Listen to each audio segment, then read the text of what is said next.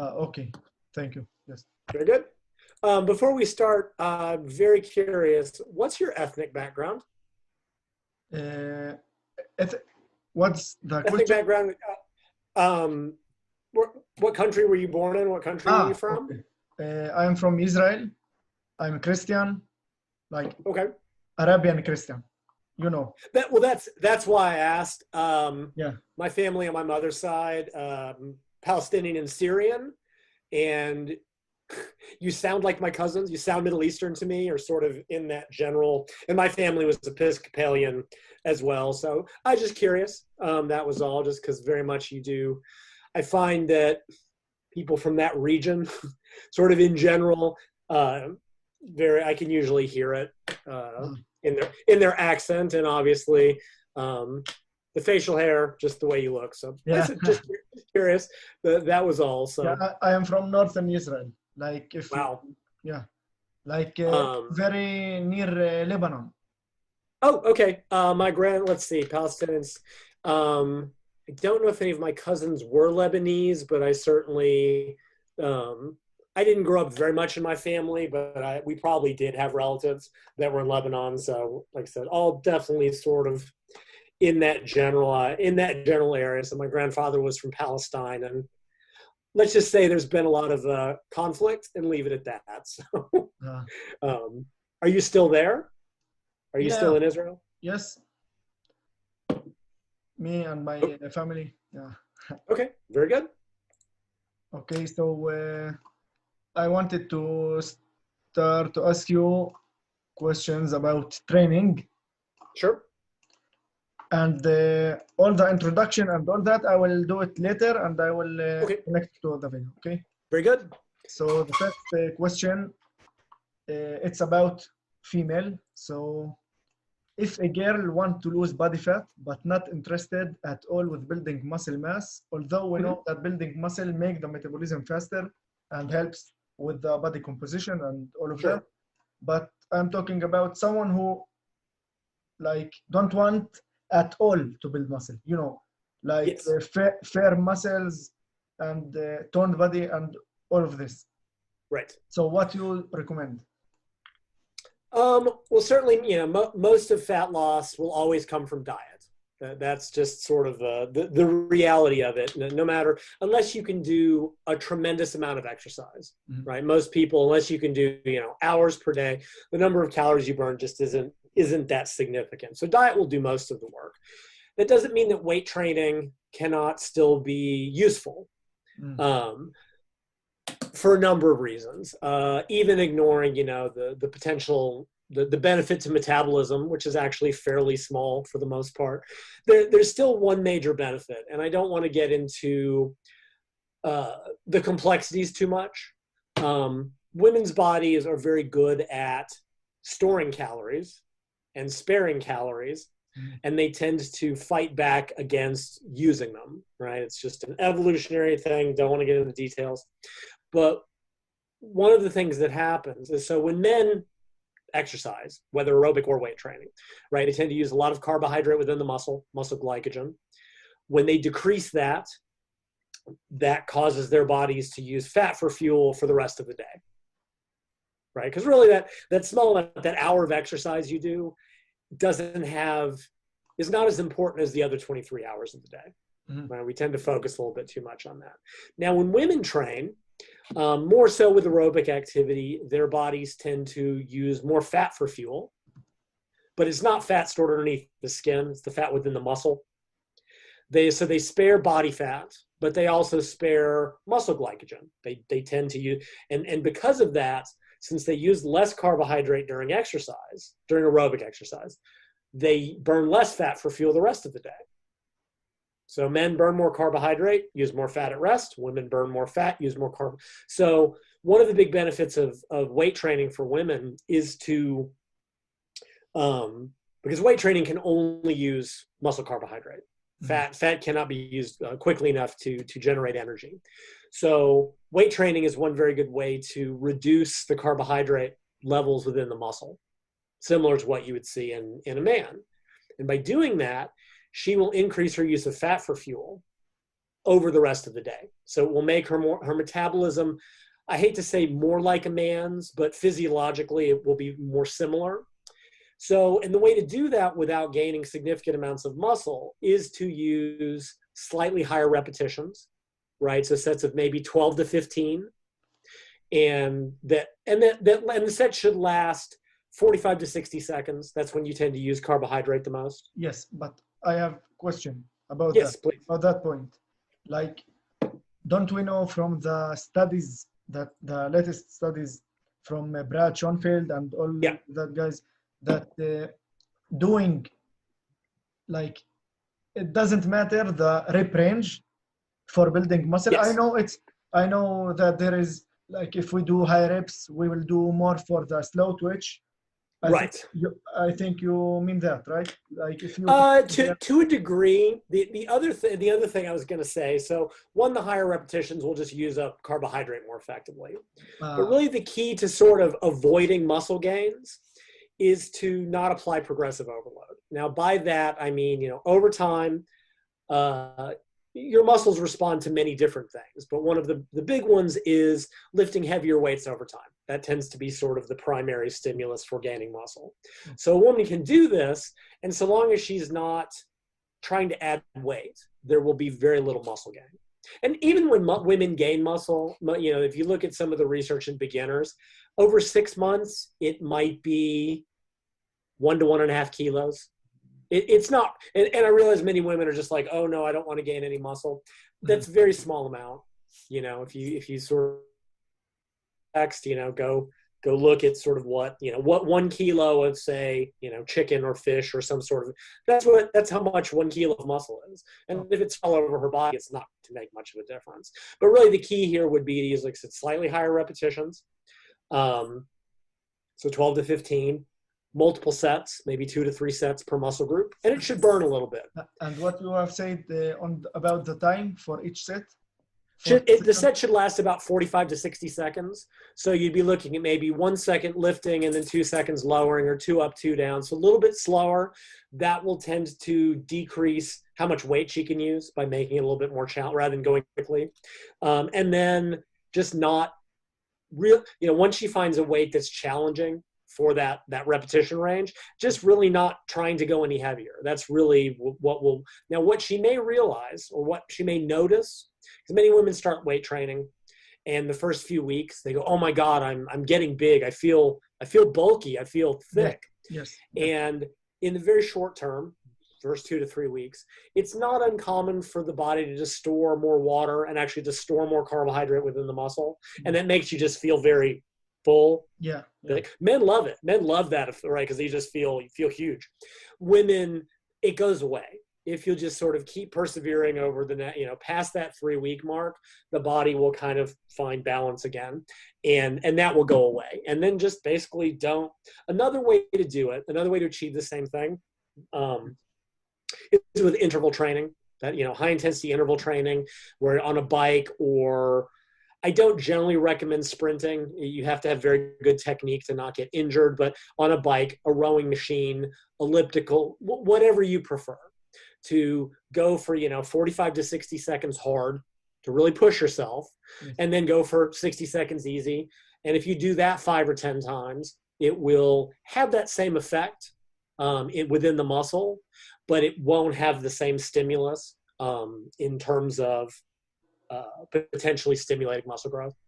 Mm-hmm. And that I find either approach works better, because what do women typically do is when they want to get in shape, they go to the treadmill, they go to and they just do an hour of low intensity cardio. Yes. And even if that burns a little bit of fat, the amount it burns is very small, mm-hmm. right? If you're burning 300 calories, even if it was all from fat, that's maybe 30 grams of fat if you're lucky. A pound or a kilo of fat has 400 grams, right? You're looking at a long time. Mm-hmm. Whereas whenever I've seen women do that, and this is especially true if they eat a very high carbohydrate diet, women tend to overemphasize carbohydrates, and they tend to not like to eat much protein or much fat. And that just has kind of a double negative effect. And then when women sort of, I'm not saying not eat carbs, if they just reduce them and increase protein while they add that higher intensity work, 2 or 3 times a week, the results are just enormous. I'm sure that's what you've seen in either people you know or people that you train. When women add even small amounts of high intensity training, it's like a magic trick. They see more results in 2 months than they saw in 2 years. Yeah. So interval training is another good way to accomplish the same thing. I want to ask that you say about the high intensity, you say to replace it with the weights or to add it to the weight training? It could be either. For women who really just are afraid of weight training for whatever reason, because, you and I, we can write articles, we can talk till, we run out of breath that women should weight train. But if they're not going to do it, they're not going to do it. No. Right. If that's just, you have to address the reality of the person. And I find, and I've done this when I was younger, we tend to forget in the fitness industry that if what we say is perfect, is the ideal thing, and they won't do it, then it's bad advice. Yes. Right? Because what we're saying is that what I'm saying is right regardless of what is right for the person. So if a woman simply will not lift weights for whatever reason, whether or not she should, doesn't matter. The high intensity interval training can replace that to one degree. It tends to work the lower body more. There aren't a lot of aerobic cardiovascular options that work the upper body. If you have an elliptical trainer, certainly if you've got a rowing machine, there are bikes sometimes that have upper body handles. If those aren't available, they're not available. So maybe if you can get her to at least do a little bit of upper body weight training, just keep it. It should be challenging for 15. It should burn a little bit, but just don't go heavier. And that plus intervals twice a week is usually enough. And for the interval workout, do a 5 or 10 minute easy warm up. Do somewhere between 5 and 10 in hard intervals, 45 to 60 seconds. Not all out, but it should be challenging towards the end. Take a 45 to 60 second rest. Do that 5 or 10 times. And then do a 5-minute cool down. While I'm discussing this, I know it wasn't exactly your question. Women, and it probably is one of your questions, women, how do they get rid of lower body fat? That's always been a problem for women. It's very easy for women to lose fat up here. Women will have visible abdominals long before men, and men will be very jealous. And men will have very lean legs, and women will be jealous. And, this keeps everything balanced. Yeah. But one thing I've written about this years ago, a book I wrote called The Stubborn Fat Solution, and I looked at all of the physiology of women's hip and thigh fat. And just for a bunch of complicated reasons, it's more difficult to get rid of. It's very easy to gain. And it's there mainly for pregnancy, and there's reasons. But when low intensity aerobic exercise doesn't get that fat out of the fat cell very well. Yeah. High intensity exercise does.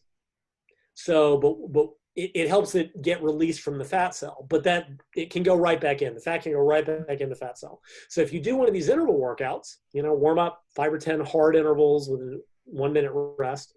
If women follow that up with, say, 15 to 20 minutes of low to moderate intensity aerobic activity, that will help to burn off the fat that the high intensity intervals mobilized. So that's a really excellent combination. And there's research actually from years ago that when women just did low intensity exercise, they only lost fat from their upper body. But if they had them do some sort of whether it's high intensity weight training or intervals, they lost fat much more evenly. Mm-hmm. So that high intensity training has sort of a double benefit. And does the weight training do the same thing with the mobilizing fat? It's probably similar. You'd have to do the weight training in more of an interval fashion, which can also be good for women who don't want to go heavy. What will men do? We'll do a very heavy set of 8 and then rest for 2 minutes so that we can go as men love to lift heavy weights. Mm-hmm. We just want to go as heavy as possible. It's just part of it. For women to get a similar effect to that interval training, they should do the higher repetitions, and use a shorter rest interval. So rather than lifting like circuits. Yeah, exactly. And that will get And that even has like an additional benefit. So it will help reduce the carbohydrate within the muscle, but you get a very similar hormonal response to what you get during intervals in terms of the hormones that are released. So then after you do your weight circuit for 20 or 30 or however long, same thing, follow that up with 20 minutes or 30 or however much you have time to do, or, the limit. I wouldn't do over 40 minutes. You can do too much. Follow that up with 20 or 30 minutes of moderate aerobic activity. So the high intensity work mobilizes the fat out of the lower body fat cells. The aerobic activity burns it off. Progress. Great. So another question. Yes.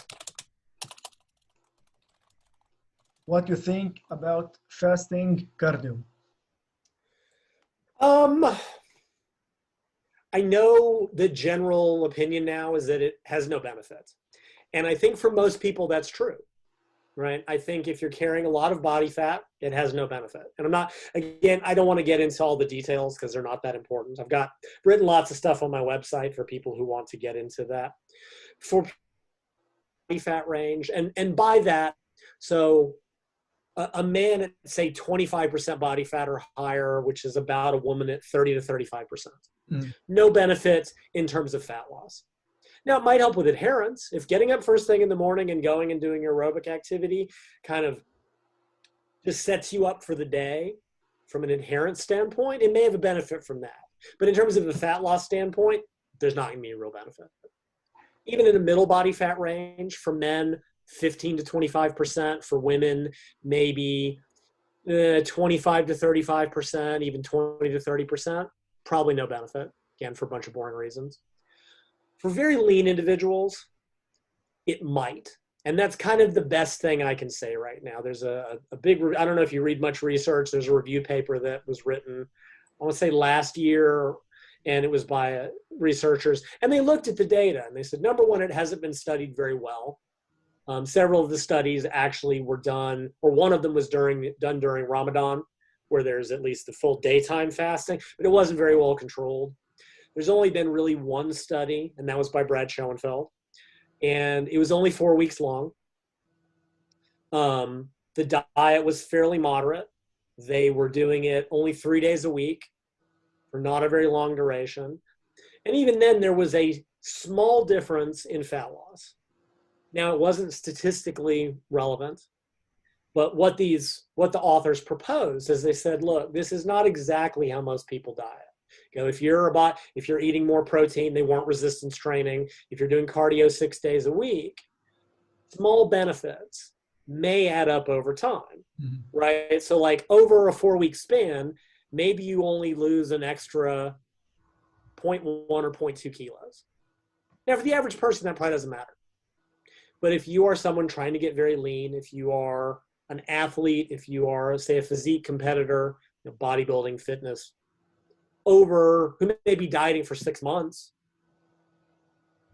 that extra 0.2 of a kilo per month or whatever the number is, or 0.25 kilos over 6 months, that's an extra, what is that? 2.5 kilos of body fat. For competition, that may be the difference between first and last place. Yeah. So I do think for the grand majority, I don't think it matters. I will agree with that completely. It's just, unless it's from an adherence standpoint, if it means it gets, because what happens, a lot of people get up, go to work all day, come home, I really should go to the gym, but I'm tired. I want something to eat. I want to see what's on Facebook or Instagram. If doing it first thing in the morning before eating helps, great. It's not going to have the benefits that I think we believed it would from, for as long as I can remember, since at least, bodybuilders have done fasted cardio since probably the 80s, at least. Became extremely popular in the 90s and 2000s, and now it's kind of like, nah, probably not. Except for that very small percentage of people who are trying to, and if you're a male and you're trying to get to 8% body fat, if you're a female and you're trying to get to 15% body, these are high level athletes. These are, the extremes of the extremes. That is maybe 1% of the, maybe 5% of the general dieting population. So at what body fat level you will advise someone to start fasting cardio? I would say, you know, for women, maybe 18%, which is very lean. You know, like the average for women or used to was 18 to 25%. For women, 10% is about the lower limit. Mm-hmm. For men, it's about 4 to 5%. And there's, on average, women carry about 10% more body fat than men on average. So, you know, 5% for a man is the equivalent of, you know, 14 to 15 or whatever it is. So for a woman, 18%, you know, trying to get to even, because like, so to put this in perspective for your listeners, at say 16% body fat, 15 to 16, most women will have a very lean upper body. They may have veins on their shoulders. They will have cuts across their chest. Many will have full visible abdominals, right? The six pack that all men want and have the hardest time getting. Yeah. She may still carry fat on her lower body, but that's what 16% or 15% looks like in a woman. Mm-hmm. Now, for a man, he may have to get to 8% to get to that same six pack. Yeah. So that 18% in a woman is the equivalent, I'd say, for men, maybe at 8 to 10% body fat, they might consider fasted cardio. Like I said, Okay. it might have a small benefit. It might not. That's kind of like, I'm not going to say yes or no either way. Yeah. Clearly, people get in shape without it. And I think some of it, and I realize I'm going off topic. Anyone who's ever heard me speak, this is how I tend to tie. But I will get back to the question. I always do. Yeah. Someone asked me one time, because I wrote my book in 2008, My Stubborn Fat Solution. And they asked me, where does the stubborn fat concept stand in 2020? Right? It's 12 years later. Because at the time, the way people dieted was they would weight train, typically heavy. Diet was moderate to high carbs. They did low intensity aerobic activity. And many women especially found that that didn't work. Now, in the last 4 or 5 years, because I've had people tell me, stubborn fat's a myth. We don't see it. When I diet people down, we don't see it. Our people get into shape without any of this. To which I say, right, but dieting has changed in the last 5 or maybe even 10 years. There has been, with interval training became such a trend and such a fad, quite honestly. Getting women into higher intensity weight training went from being very atypical, right? I'm very old. I'm 50 years old. I've been in the weight room since the 80s. In the 80s, if you saw 2 women in the weight room, that was a lot. Yeah. And I saw it, you know, they went to the cardio deck. Men went to the weight. It just wasn't accepted. Men were they were very unfriendly to women who came in the weight room. Or if they weren't unfriendly, they were creepy. They were trying to hit on them and pick them up and date them. The women just wanted to work. And then I saw it sort of gradually change. And now in 2010s, or I guess we're in the 2020s now, because of Instagram, because of social media, women going into the weight room has just exploded. Right? I'm involved in powerlifting and I've got a female powerlifter, went from being maybe 5 women to 50% of the competitors. So now if you look at the way people are dieting, especially for contest dieting, they're doing higher intensity weight training. Most of them have moderated their carbs. They're eating more protein. They're dieting for longer, but everyone is doing high intensity interval. So a lot of what I wrote about in 2008, that has just become a standard part of dieting. At the time, I had to say, you're going to have to add this to what you normally do. But now that's just how people diet. So in a sense, the reason they're not seeing stubborn fat as much is because dieting just includes the protocols that I wrote about. So, for example, and the point of all this was that one way to help mobilize women's lower body fat is fasted cardio. There's, again, it's all in women's, it's on the book. I don't want to get into details. But when you add that high intensity, whether at the interval training or the circuit style weight training, that works. That can work just as well. So that can, in a sense, rather than doing fasted or low intensity cardio, which is one way to go about it, you can do the high intensity followed by the moderate, and that has the same effect. So that can replace the fasted cardio. So yes, when women or men get lean, maybe if they're doing some of these other things in their training, may not, because you do see people getting to contests to the leanest of the lean without doing fasted cardio. What's actually interesting is a final thought, then we can get to your next question. At least 1 or 2 studies, and possibly more, because if you eat carbohydrates before you do aerobic activity, you tend to burn. You tend to use carbohydrates for fuel, at the expense of fat. But if you eat only protein before cardio, apparently it doesn't have the same effect. You still burn the same amount of fat, because a lot of people get very worried when they're dieting. Well, if I do fasted cardio, with insulin. Apparently it doesn't have enough of an effect. It should, but again, the studies that I've kind of glanced at, you seem to use the same amount of fat for fuel, whether it's fasted or protein only, despite the insulin response. And I don't know why.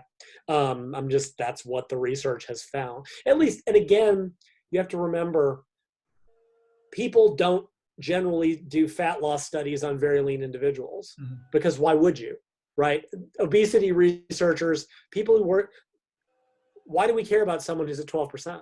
They're studying people that are at a moderate or high body fat percentage. We've always had the question, because the physiology is different. Does that apply to the very lean dieter? To which I would say, do what we do with very lean dieters apply to the average person? And the answer is no. Because again, going back to one of your, who are we talking to? All that craziness, and it is, that comes out of physique athletes and lean dieters and athletes who want to get to 10% body fat. We tend to think, oh, well, they succeed. They get so lean. Let's take what they're doing and let's give it to the average person just starting out.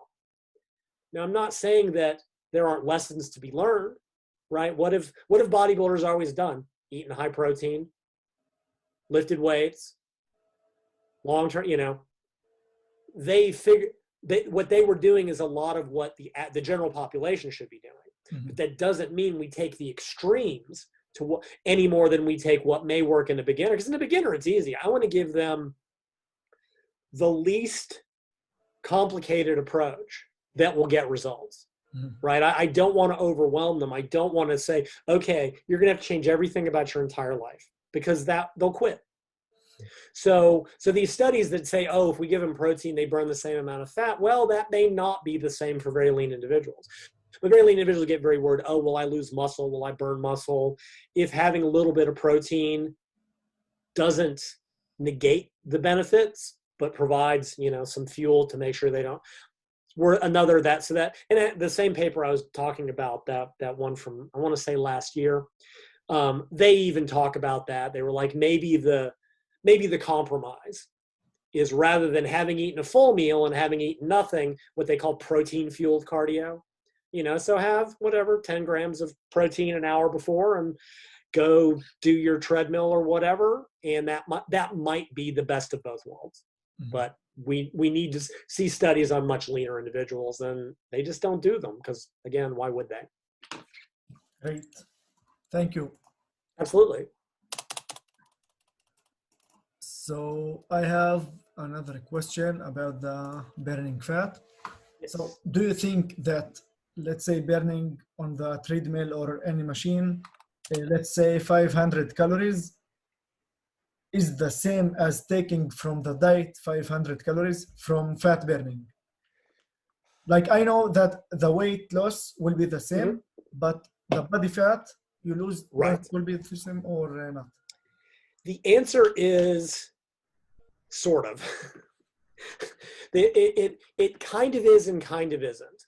So if you were looking at diet only versus exercise only, you would see a difference. Now, even that tends to depend on how much body fat the person is carrying. How much body fat someone is carrying determines a tremendous amount about their physiology, right? We know that people who are carrying excess body fat tend to lose very little muscle when they diet. And if you think about it, when you have so much fat, right, they tend to have a lot of fatty acids in the bloodstream. They burn fat very easily because they have so much. Now, we also know that in very lean individuals, that since they have so much less fat and it becomes more and more difficult to get out of the fat cell, they tend to lose more muscle. And then in the middle, it's the middle, right? It's kind of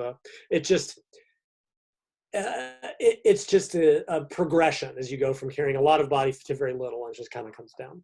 Mhm. So if you take the average overweight person and just have them diet, they'll probably lose mostly fat. So diet only versus aerobic only might not be a humongous difference. But a lot of this also depends on what else you're doing. So the fat loss would be similar. You'd probably lose slightly more fat with the aerobic only, but low intensity aerobic activity doesn't tend to do much to prevent muscle loss. It doesn't. And that's really right. When you're losing weight outside of water and everything else, it either comes from fat tissue or from lean body mass, which we tend to, by that we mean muscle, and it's good enough. It's good enough for this discussion.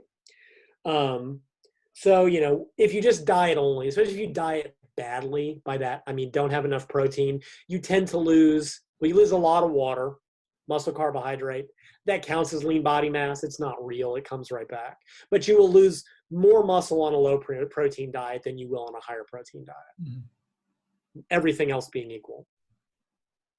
So if you had someone and they, kept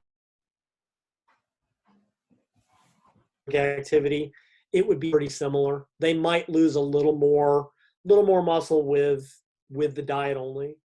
But if you then add even the shortest, most basic weight training workout twice a week, and I mean, it could take as little as 10 minutes, right? Do one set, chest, shoulders, triceps, a bench press or machine press or dumbbell press, one set for back, one set for maybe abs or low back. That alone, that plus diet, will cause the same amount of fat loss as aerobics only. Like in that case, diet only and aerobic only will have the exact same effect. Mm. And then that sort of show as, can you hear me? No, I can't hear him.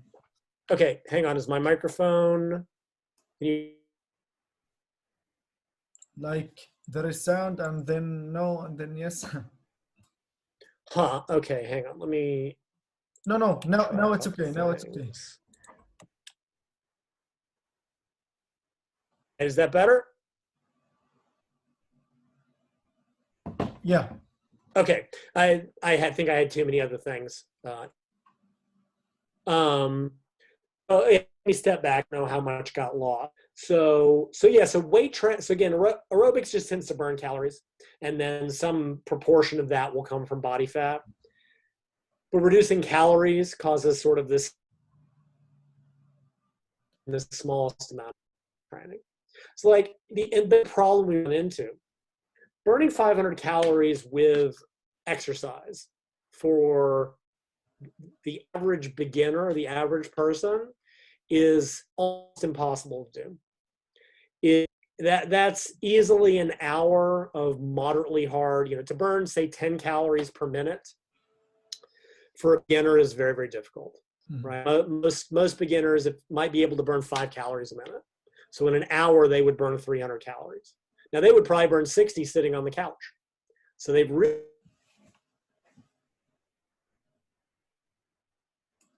or work at a very high intensity.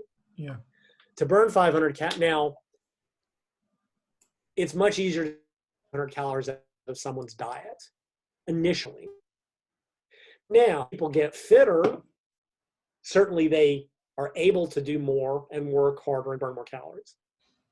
So, and there's a study that was done several years ago, and they took beginners, overweight women and men, and when they were only burning 100 calories a week with exercise, because that's all they do. But over 6 months, they built them up over time until they were burning 600 calories 6 times a week. 6 times a week. So they started burning a total of 600 calories. And they ended burning 3,600 calories, but it took 6 months.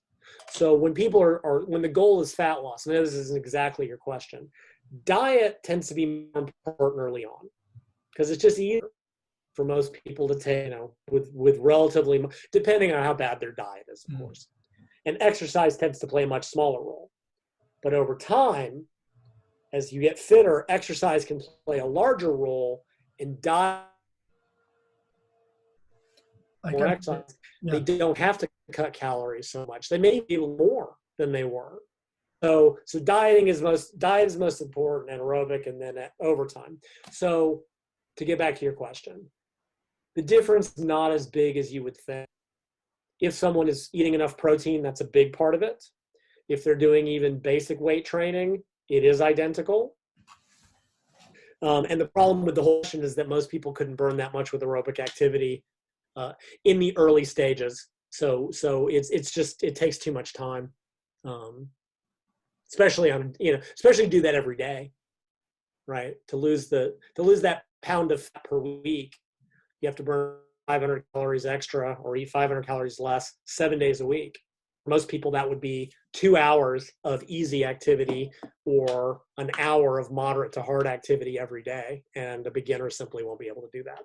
Yeah. Great. Thanks. Yeah. No, it's a good question. It's one that comes up quite a bit. Yeah. So how low natural can go with dietary fat? Naturals, how low they can go with dietary fats? Okay. You said for naturals. Yeah.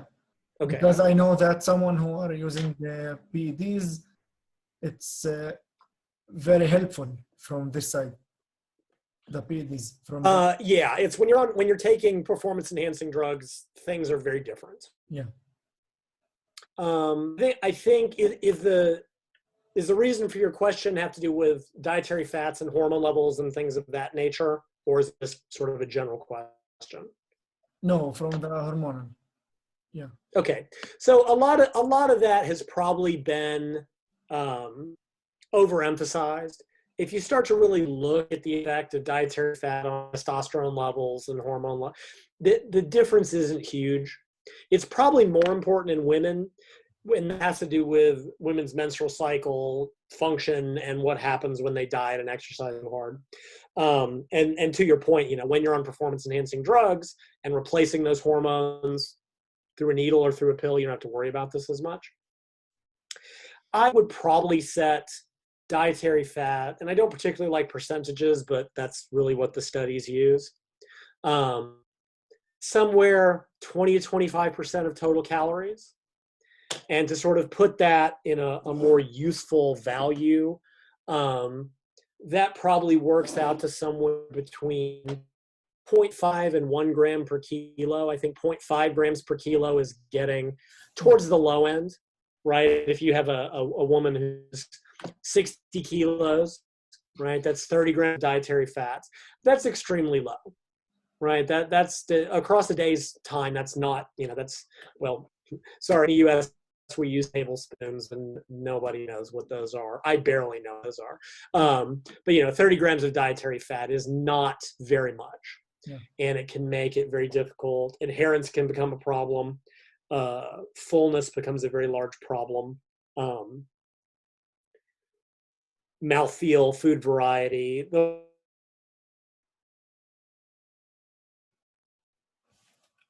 I can't hear you. To 40%. It's a very big difference. Really know what happens in the middle.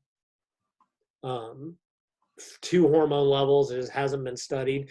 So I tend to kind of err on the side of conservatism, 20 to 25%, half a kilo, like towards the very end of a diet. I mean, this is.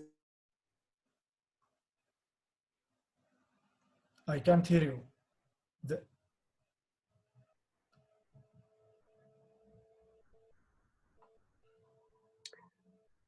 Towards the end of a diet, as they're getting very lean, especially. Can you hear me? Yes, breaking up a little bit. Can you hear me? Yeah. Okay. Your video is a little bit frozen, but that's okay. So when women get towards the very end of diets, even if they're doing a lot of activity, they just don't have that many calories to eat, to work with. And that can make it very difficult to fit everything in. You need to keep protein high enough. You need some carbs to support training. Something has to give. And at the very extremes of diet, women may have to come down even lower than that half a gram per kilo. But even at that point, I mean, how much lower than 30 grams a day can you go? Even with, you know, even if you're eating the lowest fat, cleanest foods, you're going to get some trace fats, you know, you're going to get 5 or 10 grams. You need at least a little bit. So women will hit a lower limit, but for the very lean woman, she might have to go to 0.5 gram per kilo. Mm-hmm. Was the question specifically about like natural athletes or just, okay. You know, now if you're talking about the general diet, doing a lot of activity, oftentimes I find that it's better to have higher dietary fat, maybe 1 gram per kilo, and tends to work within their activity levels, insulin resistance, and a bunch of physiology that I want to get into. But yeah, for lean naturals, I think 0.5 grams per kilo is kind of a practical lower limit. If they have to go below that at the very, very end of a diet, it's what has to be done. But at that point, her hormones are going to be so messed up anyway. Same thing for a male, right? If you look at men when they get below 8% body fat naturally, their testosterone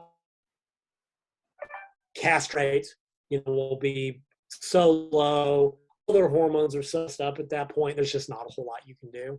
Mm-hmm. But that's, again, we're talking about women at, you know, 12 to 13% body fat, you know, 15% and below. An athletic, you do what you got to do, and that's just, it's all you can do. Great, thanks. So another question. Mm-hmm.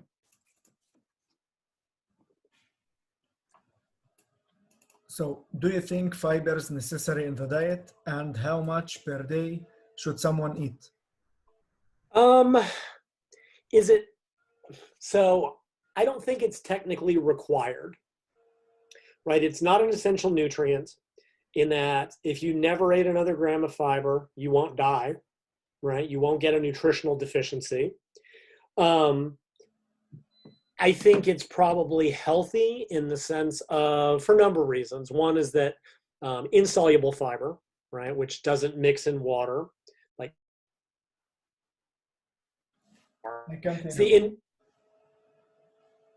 can you repeat, because sure.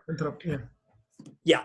So, you know, if you're like, so insoluble fiber, which doesn't mix in water, it sort of just passes through you, keeps people full, fills up the stomach, and it tends to be, you know, if there's stuff in the colon that, you know, colon cancer, things of that nature, it tends to sort of carry it out. Mm-hmm. But soluble fibers, which tend to mix in water, those have other benefits in terms of, you know, there's a huge focus on, you know, gut health and, you know, the microbiome and all the stuff that's in our gut. It's converted to what are called short chain fatty acids during metabolism. Those have health benefits. So no, is it essential? No. Do I think it's healthy? Probably. I certainly, and again, when you're dieting especially, it tends to keep people full, keeps food in the stomach longer. So it tends to be beneficial there. Like, I know there's some people, I guess, like the carnivore diet type people who are sort of anti-fiber. And for some people, like people that have irritable bowel syndrome, Crohn's disease, like there are people that can't eat fiber because it does very bad things to their stomach. But I think for most people, yes. As far as amounts, I'll be honest, I never, I think it's something like, I mean, average American, and our diet's terrible, 10 to 15 grams per day. You know, I seem right, up to 25 grams for women. I know some people, some coaches put it in terms of like, it's so much fiber per 1,000 calories. And honestly, I never remember it. You know, if you're getting like 30 to 40, probably in a good range. You know, you have to eat quite a bit of vegetable matter.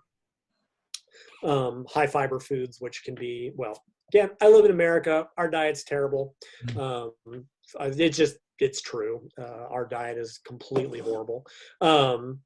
So yeah, somewhere in that range. Women will be towards the lower end of the range just because they're eating less. Yeah. Okay, thanks. So now about training. Yeah. So first thing, do you know Max OT training program? Do you? I am passingly familiar with it. I remember it. It was very popular, if I recall, let's say the early 2000s. Okay, so to summarize it, about 6 to 9 sets per day, Yeah. and it's about one muscle group per day. Let's say chest, 6 to 9 sets, and Right. about 4 to 6 repetitions per set. And you train with heavy weights, like Train with what? heavy weights, like 4 to 6 repetitions per set. Okay. Okay, so yeah, That probably wouldn't be my first choice for naturals. yeah, For a number of reasons. One, and again, I know there's a lot of argument about this in the field right now. That's probably a good number of sets per workout, right? I think 6 to 10 heavy sets is probably plenty. And I assume here we're talking more about men for muscle growth. I mean, women, very similar. I don't know, that 6 to 9 sets of, 5 average repetitions. And I know it's to failure. I know they suggest working very hard. I don't think doing that once a week will be optimal for most people. I tend to prefer muscle training frequency of twice per week. yeah. And a slightly higher volume, somewhere between 10 and 20 total sets per workout. I think it's also very hard on the body. To do that many heavy sets of 5 tends to be very hard on many people's joints. Like if you've got very robust, if you've got very thick joints, you've got, an old training partner of mine, he was 5'5", 200, 100 kilos of just, he could lift so heavy all the time, but he had very thick wrists, very heavy bone structure. Okay. For many people, it will just, they'll get injured. You may remember it was another study Brad did, and it compared, I want to say 7 sets of 3, Yeah, 3 sets of 15. Yeah, I think I it was remember somewhere in that range. Yes. And so the volume per workout was similar, the volume load, and the growth was very similar, but the 7 sets of 3 took forever, right? It's like that, because you're wasting 3 minutes between sets. It's, 20 for one muscle group. 3 sets of 15, you can pump that out in like 6 minutes. Yes. And many people in the low repetition group, I think a couple got injured, complained of joint pain. It does tend to really kind of overwhelm because bones and tendons and ligaments adapt much more slowly than muscle.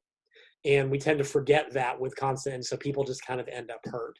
So I'm not saying, and it's not that 5s can't be used. There's an idea, power building, which comes back into popularity every so often, Yes. Uses heavy sets of 4 to 6 or 5, to get strong. And then you follow that up with, pump work, 3 sets of 12 to 15, 4 sets of 12 to 15. Yes. I tend to target somewhere, and this is based on a very early analysis, 40 to 70 repetitions per workout, somewhere in that range, right? And that could be, 5 sets of 8. Like technically 8 sets of 5 gets that, but it just takes so long, and it's very hard on people's body. Whereas 5 sets of 8, a little bit higher repetitions. Even, you could do, what is that? 5 sets of 15, or usually I prefer a mix, 4 sets of 8, 32, and then do, 3 or 4 higher rep sets. I also just I don't think the once a week type of training works best for naturals. Yeah. I'm not saying it doesn't work, right? Even the big review a year or two ago that looked at training frequency, and they sort of concluded that it didn't matter. And the studies used either very low volumes, or I don't want to get too far into it, that I just find it for naturals, so if you're going to do 20 sets a week, to do all that in one workout, they're going to be mediocre sets. You just can't push that hard. You're going to be in the gym all day. I would rather see someone do 10 sets twice a week. I think that will be more effective. Yeah. And I just have never generally, and for most naturals, found that once per week per muscle group. Does it give results? Yes. Does it give what I think are the best results? No. Are you familiar with dog crap training, Dante Trudell? Yeah. Right. So, and I've known him for years. He's been on the internet about as long as I have. And he found the same thing. Now he uses rest pause training. He does go very heavy, but when you do rest pause, which means you take the set to failure, then you rest 15 seconds, you do 2 or 3 more reps, rest, and I'm going to mispronounce his name.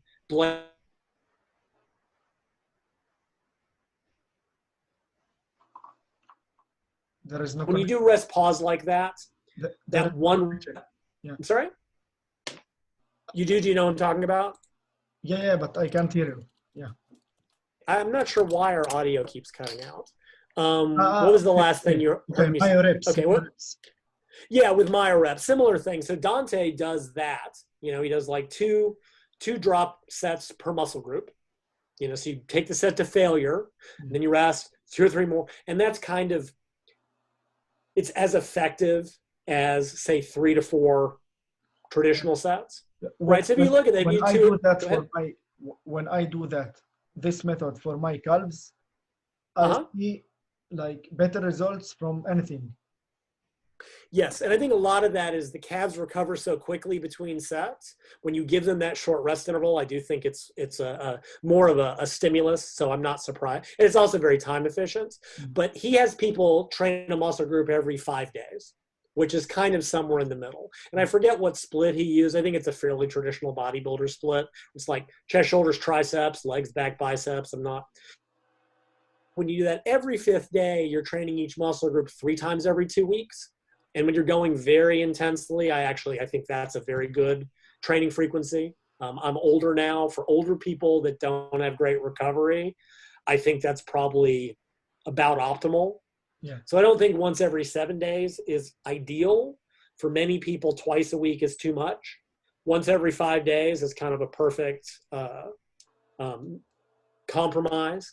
So I think there's, Max OT has some, when I look at training systems that have any of them that work, I like to look at, again, what can we learn from them? Like, clearly, if it's effective on some level, they can't be doing everything wrong. Yeah. So, and I think you find with most of these systems, they're more common than different, right? If you look at, like, the way I split the middle. I like a moderate amount of sets, not totally to failure, twice a week. Yeah. Dante, totally to failure, a little bit lower frequency. I don't know if you're familiar with Brian Haycock, hypertrophy specific training. Mike, how old are you? 25. Okay, you're too young. This is way before you. This hypertrophy is specific, HST, right? HST. Okay, so yeah, it's still kind of around. Yeah. He went with a little bit lower volume and intensity and trained each muscle group 3 times a week. Yeah. And we're kind of splitting the difference here, but what you find that is consistent among all systems that are aimed at muscle growth is the focus is on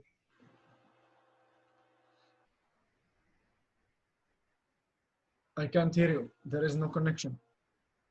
let me know when it's, because you're frozen right now. Yeah, and also you.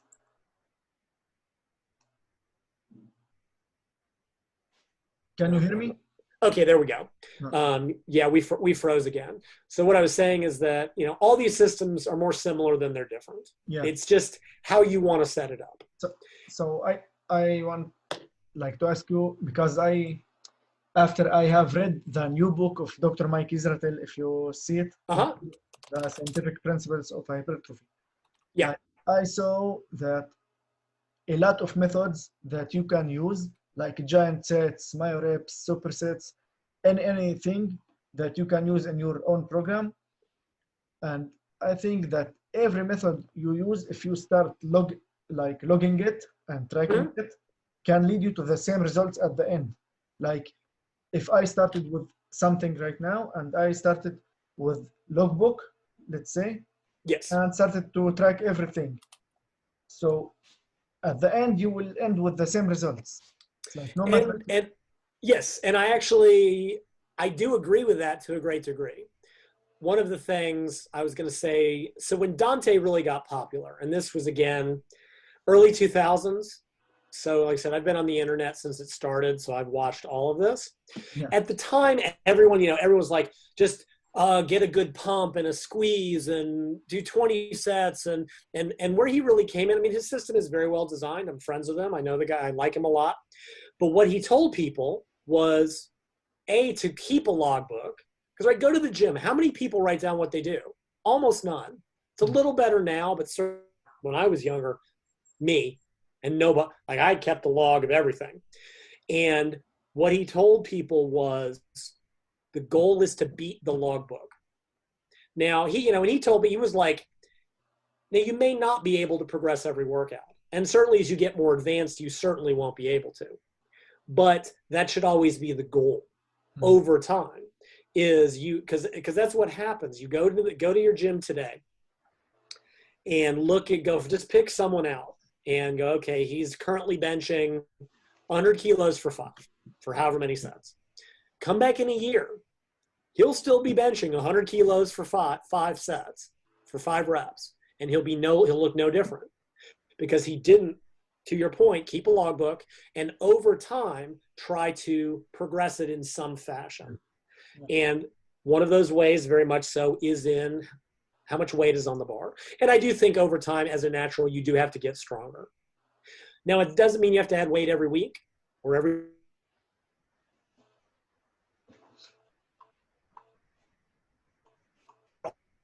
You are frozen again.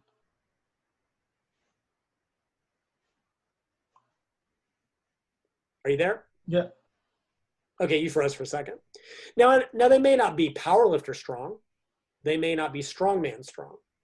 But if they started squatting at 135, and now 5 years later they're squatting 405 for 8, sorry. They started squatting about 60 kilos and they finished at about, call it 180 kilos for the same repetition range in good form. They can't help but be bigger. Yeah. Now, could they squat 600? Probably not.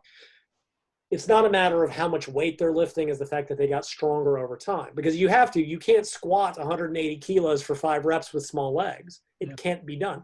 But that doesn't mean they added weight every week for 5 years. Yes. You add weight for a little while, then you maybe add volume or find another way. Because again, if you're just trying to add weight all the time, your joints do tend to just take a beating. You get injured. At some point, you either have to, backload, lower the weights and build back up, or find another way to progress. So yeah, I agree with you.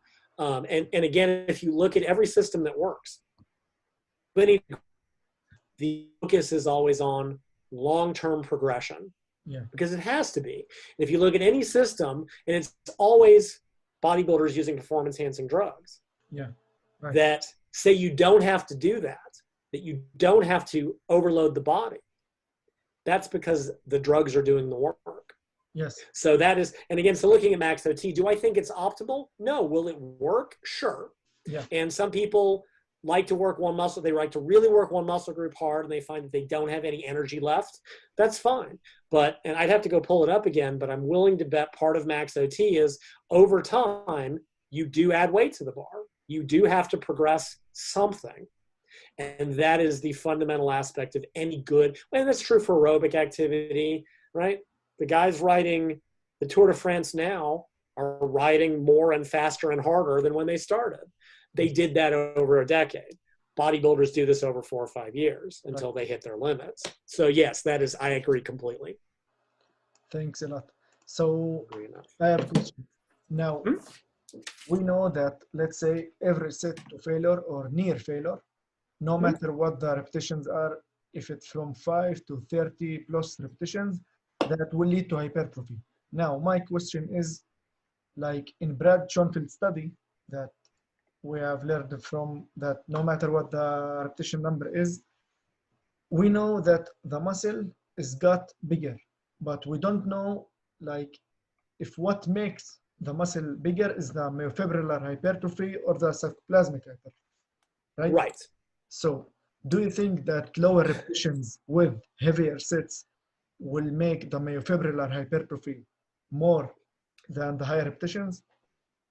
And another question, does it like appear on the outside of the body? Like muscles with more myofibrillar hypertrophy will look denser muscles? That's so this is a big question, and it is still sort of and it's a good one, make no mistake. So for people listening, again, just for background, if you look at an entire muscle, it's kind of got two major components. Part of it is the actual muscle fibers, right? That create tension, create force. Those are the myofibrils. Yeah. Then there's kind of, I call it everything else. And that's the sarcoplasm. It's fluid, water, things like mitochondria, cellular structures, everything that's not the muscle fiber. So for decades, there was this belief that, okay, you had some bodybuilders just went heavy, right? Dorian Yates was kind of one of the classic high intensity training. He went heavy, he got strong. And then you had bodybuilders kind of over in California, I realized this was all kind of developing in the US, that just pumped. They did the Arnold training, 20 sets, short rest periods, pumped up, and people believe, they're like, okay, the heavy work builds the actual, and they're like, these guys that go heavy are denser. They look visibly different. And these guys look puffy. Like they're still big, but the muscle has a different quality to it. And I'm trying to think of a way to describe this that in a non that would make any sense, and I can't. I mean, I guess it would be like, if you blew up a balloon and filled it with, sand that was very versus just like air or water that was kind of. And the other thing was they said, okay, when the pumpers, the high rep guys, short rest, don't train for a couple of weeks, they lose a bunch of size. Like they got to do this, whereas because you lose fluid very quickly. You can shift fluid in and out of the muscle very, very quickly, even within a training session. Yeah. Whenever your camera freezes, I'm going to ask so that I don't lose you, or you don't lose me rather.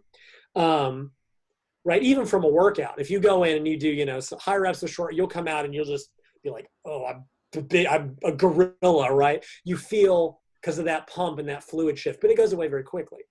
And there can be fluid shifts over several days from training.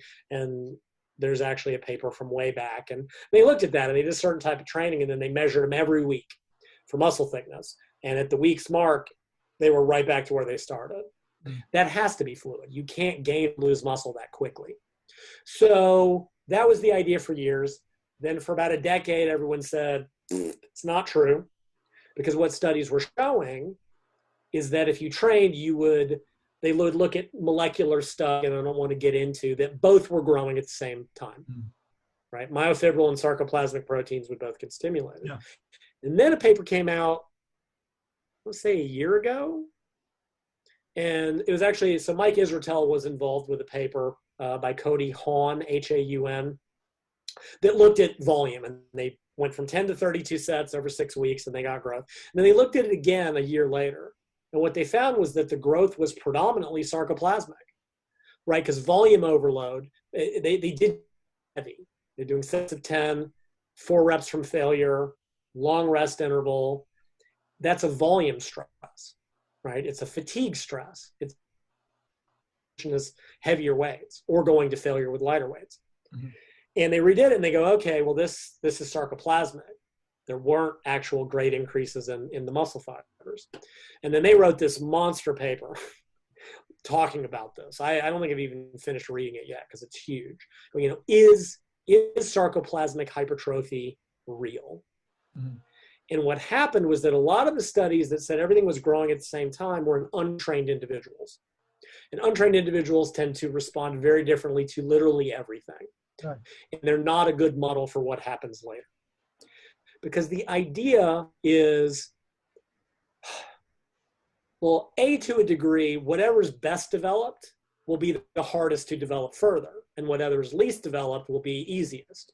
So like there was this old idea, this came out of, you read Vladimir Zatsiorsky's, this old Russian book. Yeah. Right, so you've got a muscle and it's filled with muscle fibers and then it's got all the fluid and everything around it. So the idea is that, okay, so you train heavy, you get more muscle, you get denser, but eventually there's no more room to grow, right? You have to expand it by the sarcoplasm. Right, so you have to expand the muscle by building up the sarcoplasm or vice versa. Mm-hmm. If you build sarcoplasmic hypertrophy, build that fluid content and stretch it out, then you have the room to put. So, which I think go ahead. Yeah, continue. Which leads to the idea of maybe you can separate them out. Mm-hmm. And the idea for him was for athletes, right? If you've got a shot putter or a performance athlete, Building up sarcoplasm doesn't do them any good. It doesn't make them stronger. It doesn't make them any more powerful. If anything, it may make them less because they're now no stronger at a higher body weight. Mm-hmm. It may make them look prettier. Yeah. Now, bodybuilders don't care, right? Realize when we're talking about bodybuilders, they don't care why they look big. They just care that they are big. Mm. So he's talking about athletes. Athletes should build hypertrophy through lower repetitions and more sets because it's functional. And then that kind of went out. But again, we've kind of come full circle. Asking the question, will the specific training stimulus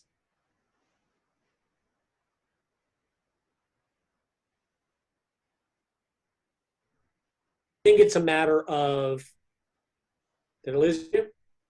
Yeah, I can hear it. Yeah. Okay. I think it's a matter of preferential growth. I think it's a matter of, okay, if we do heavy sets of 5, maybe it's 90% myofibrillar because you're just not stressing those energetic components. If you're not stressing muscle glycogen and energy production, why would those grow or why would those improve?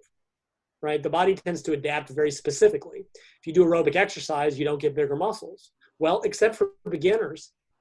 Beginners, it's all such a novel that even for the first month or two. But in advanced people, that doesn't happen. Yeah. If you have someone weight trained, they're aerobic perform because they're untrained. And everything gets a little bit better. But as you get, so all these studies on untrained drew one conclusion. But then you start looking at trained individuals and the conclusion starts to be a little bit different. Mm-hmm. So I do think, so that back to your question, the Schoenfeld data, we've got, okay, so heavy sets of 8 or 5s build the same muscle growth as sets of 30 to failure. Yeah. But we don't know, and this was your question, and it's a good question, and I'm not saying I know either. Yeah. Are we building different parts of the muscle? Right now, there's some speculation that heavy training may preferentially build what are called type 2 muscle fibers, tend to be bigger, stronger. They generate more force, but they fatigue more quickly. Yeah. Versus type 1 muscle fibers, very enduring, very important for aerobic activity. Fatigue, don't generate as much force, but fatigue. So is it possible that we're getting preferential growth? Now, again, you start to look at the studies. One just came out, and it said they studied the calf muscles, did low reps or high reps. There was no preferential, there was no difference. Mm-hmm. But in untrained individuals. In untrained individuals, everything's going to get about the same because it's such a new. I want to see it in trained individuals. Now, there's another paper you might have read. It was I want to say a Norwegian powerlifting team, not the frequency paper. And they looked at blood flow restriction, mm-hmm. which is blood flow restriction. You tie a band around the muscle. Occlusion. It's occlusion training. It's very similar. You know, I know you know. I want just for anybody listening who's not familiar with it. No, trust me, I know you know what it is. And it's very similar to low load to the high rep training, blocks blood flow in, similar growth. And they did it on front squats for 6-week block. And what they found was that there was preferential type 1 growth, the slow twitch fibers. Now, one conclusion would be that it was specifically the blood flow restriction. But see, what I think it is, if you're a power lifter and all you've really ever done is maybe medium and, low and medium reps, you've already built so much, your type 2 fibers are probably close to their limits. Yeah. Any stimulus, if they'd been untrained, their type 2 fibers, but their type 2 fibers were already so big. It was not going to be a stimulus for the type 1 fibers grew because they weren't trained. Sorry, go ahead. You mean that the lighter weights should be the reason why the type 1 are growing? Yeah. I think so. And the type 2 were already so big, there was just kind of no room to grow. Yeah. So I do think there's the possibility, but we've also got the question, because do a set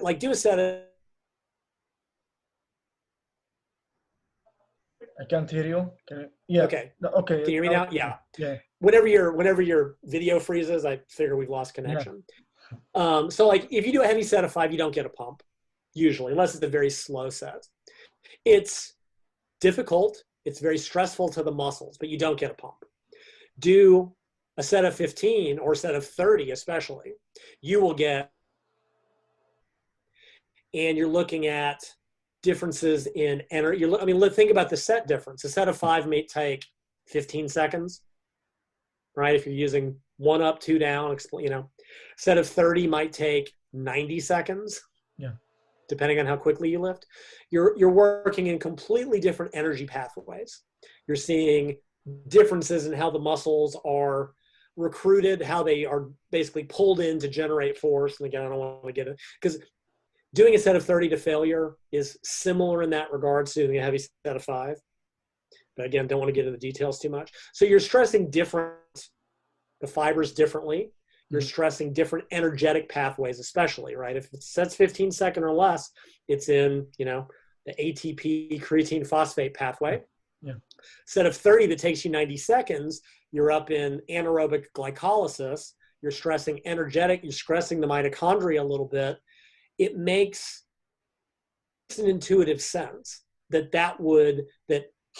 highly energetic training, volume training, that's really stressing the energy pathways would stimulate the body to improve the energetic pathways, right? It makes a logical sense. Now, I'm not saying that research won't show that that's not true. And if research comes out that says I'm wrong, I'll be happy to be wrong. But it does so I do think, yes, the problem with a lot of this, measuring muscle hypertrophy is difficult. Doing it well, right? You can do a DEXA scan where you get in the machine, very inaccurate. Yeah. Lean body mass can refer to muscle, glycogen, water, minerals. That's not super accurate. They typically use ultrasound, right? So you've got your muscle kind of here, and they use an ultrasound on top of the skin, and they look at the thickness. Well, like I said, go do a pump workout, like measure your arms, and then go to the gym and just get the greatest pump you can get. Do alternate bicep, triceps, supersets, high sets, fit, and then measure again. And you'll probably be, however many, whatever, a centimeter or 2 centimeters bigger from that fluid shift. So if we use ultrasound and we put it here, we don't know for sure if it's fluid, if it's muscle. Yeah. You can do a biopsy where you go in with a little tiny set of scissors, you cut a chunk of muscle out, you measure the actual muscle fiber diameter. Now that's the most accurate, but you got to take a cutout. You got to take a piece of a chunk of muscle. It's very invasive, requires much, it's not surgical, but it might as well be. You're using these little, you have to, and it's much more involved. Yeah. So we haven't, and that won't tell you anything about the sarcoplasm. At best, what you can do, and this is what they did in the follow-up study of Mike Israel's paper, they actually did a biopsy of the quads, and they actually did and they went and however they looked at it, and they were like, yeah, the muscle fibers didn't really get that much bigger, but the sarcoplasm certainly did. So that volume, that energetic training, I don't know yet. My gut says probably, or it may be type 1 fibers. Now, to the next question is, like we said, for a bodybuilder, doesn't matter. Genuinely, big is big, right? No, bodybuilders don't. Yeah. What's that? But don't you think that if let's say the training affect what grown in the muscle, let's say the low repetitions, we concluded from the studies in the future that it will grow the myofibrillar in the muscle and not the sarcoplasmic. Do you think that this will affect the outside look of the muscle? Oh, yes. I do. Like I said, it's why I'm asking that, because related to the max OT training that I asked about it before, it was for like I learned it from 2 people, like Skip Lacour, if you know, and Jeff Willett. Do you know Jeff Willett? No, I know who Skip Lacour is though. Yeah. So when I look to their bodies, I know that it may be genetics and all of that, but they look like not rounded muscles. They look like someone who took something and, like stones. Yeah. Yeah. And so I do, like, I think. Yeah, you are frozen. Okay. Now. All right. So yeah, I do think, and this is very subjective, right? But, how lean are they? There's a lot of different factors. But yeah, I don't think, as much as we tend to, go, oh, bro science and, dismiss that. And and this is why it should be studied. This is nobody's going to study muscle density in bodybuilders. Like, nobody cares. Yeah. But I have trouble seeing that 30 years of people looking at physiques obsessively are going to be completely wrong about it. Hmm. So I do think there will be a difference if all you do is one or the other. But I also think that from a bodybuilding standpoint, from a physique standpoint, this leads us to the conclusion that maybe doing all of these, whether it's at the same time or in sequence or what have you, could have benefits, right? Because, like, go back, right? Let's say we've got this muscle and the muscle density reaches a point that there's just no more room to grow. Well, assuming you want to get bigger, and really, I mean, Skip competed at a time where it wasn't about, he wasn't nearly as big as the guys now. Yeah.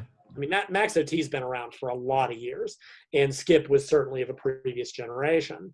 That, you know, you may reach a point where you're not going to, you can't, the muscle, you just don't have room to grow. Mm-hmm. Well, maybe now you do move into a volume phase, whether it's giant sets, a little bit lower intensity. This remembers me like with the FST7 program, like Hani Rambod, he talks about like, I know this may be bro science, but he talks always about the training with heavyweights to get stronger, but also to use the high volume training in order to make this expansion, the stretching of the fascia, he called it.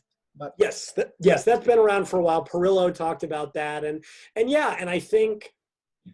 I think we again, yes, it sounds like bro science, but everyone was like, oh yeah, whenever I change something up, and I realize some of the variety is because people get bored, but we know, like, let's look at aerobic athletes, right? I was an endurance athlete for years. No one type of training can develop everything at once. It is physiologically impossible. Long duration, low intensity does one thing. High intensity intervals do a different thing. Sprint training does a different thing. There's a reason, you know, that lactate threshold, if familiar, anaerobic threshold, like hardest you can go for an hour does one thing. Mm-hmm. They do all of these in different proportions depending on their sport and their event and things of that nature. It just seems difficult to, and even, you know, the heart adapts differently than the muscles and they do different things. It seems difficult for me to believe that weight training, one style of training could possibly build everything at once, right? It doesn't make any because we're looking at different systems, energy pathways, different stresses, right? Heavyweight, high intensity, low repetition training is a different stress to the body. Stresses the nervous system, stresses very much the tension elements. It does stresses, bone. Bones get thicker, connective tissue gets thicker, whereas higher repetition training tends to stress more the energetic, whether it's mitochondria, glycogen, intermuscular triglycerides, things of that nature. Perillo, back in the day, believed that high repetitions would build capillary density, which is important. And again, we're looking at what is that type of training doing? It is increasing blood flow to the muscle. It is increasing nutrient flow to the muscle. It may be stressing more, kind of like an aerobic pathway. And so I also read this in the Hatfield books. Right, and then Hatfield had his holistic training. He was probably one of the first. Now he was arguing from very much a fiber type, right? You did sets of 5 for type 2B or 2X fibers, which we know kind of go away. You did sets 12 to 15 for type 2A, which were middle. Then you did sets of 40, I think, for type 1 fibers. One of my early training partners and I, we actually did that. We would do 2 heavy sets of 5 in the squat, 12 to 15s on the hack squat, which was horrible. And then rather than 40 reps, we would do 2 minutes on the leg extension, continuous. It's horrible. It's awful. And so, all of these ideas, like, nothing is new, right? Genuinely, literally, as much as we want to get into science and research, none of these ideas are new. I think we're finding more of the specifics of what's going on. But yeah, Hatfield did it. It's the FST7. Yeah, you do the heavy tension work to build, to stress myofibrils, build max strength. One thing I always advocated, there's an old article on my website. If you take a power lifter, right? Power lifters are often stronger than they are big because they get very efficient. And but if you take a power lifter that's, and he can squat, whatever, call it 260 kilos for 3. Whatever. It's like 500 pounds in my dumb country's units. Mhm. If I then take him, the weight he will be able to use for sets of 8 to 12 or 12 to 15 will be staggering, right? Like once he gets used to those reps, when his max and the nervous system and all those pathways are very well developed, if I then move him into bodybuilder training, he will explode because he will be able to use such a heavy load for so many repetitions. Yeah. By the same token, if I take a bodybuilder who's got very good muscular development, but hasn't really maximized those efficiency, and I can turn him into a power lifter in 3 months. Yeah. Because all you got to do is teach him the techniques. The and he will be neuromuscular. Exactly. Yeah. And that's probably actually can be done faster than building the muscle mass. Yeah. So then we get into this idea of, well, either, like I said, Hatfield did it all at once. Holistic training is the ABC protocol. Perillo did it, same thing. You do your heavy work, and then you would finish up with a couple of high rep sets to stress those. Vince Garanda did it way back in the day, you know. None of these ideas, so yeah, you can do them all at once. Some people find that hard to power building, which comes through every 4 or 5 years. Yeah, I have a question. Same thing. Go ahead, yes. Yeah. Do you think that, let's say, doing in the same session, high reps and low reps will affect each other? Like you will not get the best results from it? Or no, I think it works just fine. There's an idea that they will interfere with one another. That comes from some of the aerobic. And they're too similar. I think practically for a lot of people, especially if they're strong, trying to do 2, and this I think is where the 4FST7, but I think this is where the max OT comes from. When you're very strong, doing heavy sets of 5 twice a week tends to get you hurt. So I think that's where they're coming from. If you're going to do 9 sets of 5 and you're strong, twice a week, you're probably going to get injured. Mm. Now you can do 8 sets of 8 to 10 twice a week. That's not quite as heavy. But when people get very strong, I find that what works very well is kind of like Lane Norton's FATs, I think it's called, where you do one heavy day, where you do your 5s to 8s, and then you do a pump day. Yeah. So I do think you can do them both at the same time. And my training system, my training approach tends to be that you do, 4 heavy sets of 8 or maybe 5s if you really want to, and then you do 3 sets, 12 to 15. You do that twice a week, but it's not grinding yourself down. But that's really for intermediates. That's from like year 1 to 3. Yeah. Once you get to year 3 and you're getting pretty strong, when you're squatting, close to 150 kilos for reps, you're not doing that twice a week heavy. And you may very much be better off do the heavy work one day and then go get your pump on and do the high rep work another day. You can also sequence them either within a week. If you look at my old Ultimate Diet 2, it ended up being, not by design, Monday, Tuesday, high reps. Depletion workout. It was mainly meant to deplete muscle carbohydrate and burn in sort of that hormonal response. Then you did heavy 8s on Thursday, and then you did heavy 5s on Saturday. But that was full body workouts. Most people hate full body workouts. To me, that was always the flaw of hypertrophy specific training. Bodybuilders hate full body work, even though they come back into vogue.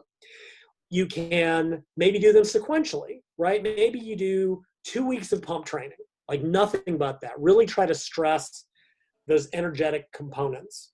It gives your joints a break too. If you're look at how many guys are just injured going heavy all the time.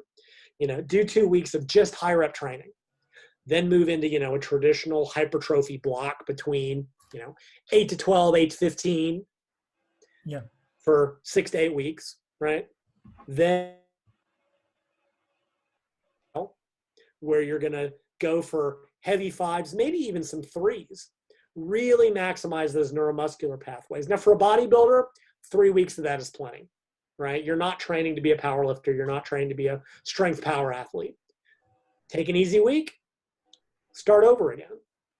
I think we might get to the point, or I guess we could really sort of summarize this as, train your weak point, right? And this is what I think a lot of people are like, oh yeah, I was training heavy and heavy and heavy. And I kind of plateaued. And then I decided to do some volume and man, I just exploded. And I think accidentally people are finding that, I kind of maximized what that type of training could do in the short term, right? Maybe they're just myofibrillar, have nowhere to go. Then they do the pump stuff, and whether it's sarcoplasmic or fascia or whatever the mechanism is, I don't care as much about I do. I want to know exactly what's going on. Yeah, but you mean, can we stretch the fascia? I don't know, but it does something. Yeah. Right. That's kind of all. Like, it does something a little bit different. Maybe another thought. There's been a lot of research you've probably seen looking at hyper responders in training. Some people just grow better than others. And if you've got good genetics, you've got good genetics. And if you don't, tough. But at least one of the components of that is people that have better functioning mitochondria, which produce energy, grow better. And if you think about it, muscle growth is a very energy intensive process, right? To synthesize new muscle proteins. Yeah. Maybe doing that high rep work, stressing the energy production systems by doing high reps on a short rest interval. Maybe it's doing multiple things. Maybe it's increasing your sarcoplasmic size. Maybe it's stressing the mitochondria or the energy producing pathways. Maybe it's improving capillaries to improve nutrient density. Because one thing we know that heavy weight training by itself, right? So muscle fibers are surrounded by capillaries, brings in blood. That when muscle fibers get bigger, the capillary density, the ratio of capillaries to muscle goes down. Yeah. Yeah. Which means potentially less nutrient, less blood flow, less waste product removal, less nutrient inflow. Maybe if we build the capillaries with higher volume energetic training, maybe when we move back into the more traditional hypertrophy, that 8 to 15 range, maybe that will be, so maybe that's part of why this kind of anecdotal idea that when you change things up and go from lower volume, high intensity to maybe it's just a change. Maybe you're training harder because you were bored, but maybe it is stressing a different part of the physiology that's now become limiting, right? Because if that, it's the weak link thing, right? If you can't bring enough nutrients into the muscle, it doesn't matter how heavy you train them, they're not going to grow. Yeah. Right. So now you bring, so what I envision is one of a couple things is that maybe it just means that, if you feel like you've plateaued doing one kind of training, just do something else for 3 or 4 weeks and see. But I would love to have a way, and there's an old thing, the best training is the one you're not doing. And I don't necessarily agree with that. I just find that kind of whatever. But I would love to have a practical way of being able to take someone and go, okay, how can we determine what's limiting for you? Now, some of it might just be, okay, look at what they were doing for the last year. All right, this was for the last year and it got you nowhere. This is clearly not, let's do something else but if you've been doing heavy training for 3 months and you've plateaued, okay, well, you've probably maximized this and you're weak here. So now let's do some volume, or whether we add it or just do 2 or 3 weeks and give your body a break. Do that, build up what's limiting, or we can decide, I would love a practical way of determining ahead of time what somebody is missing, but we're not there yet. Thank you. So, just a second.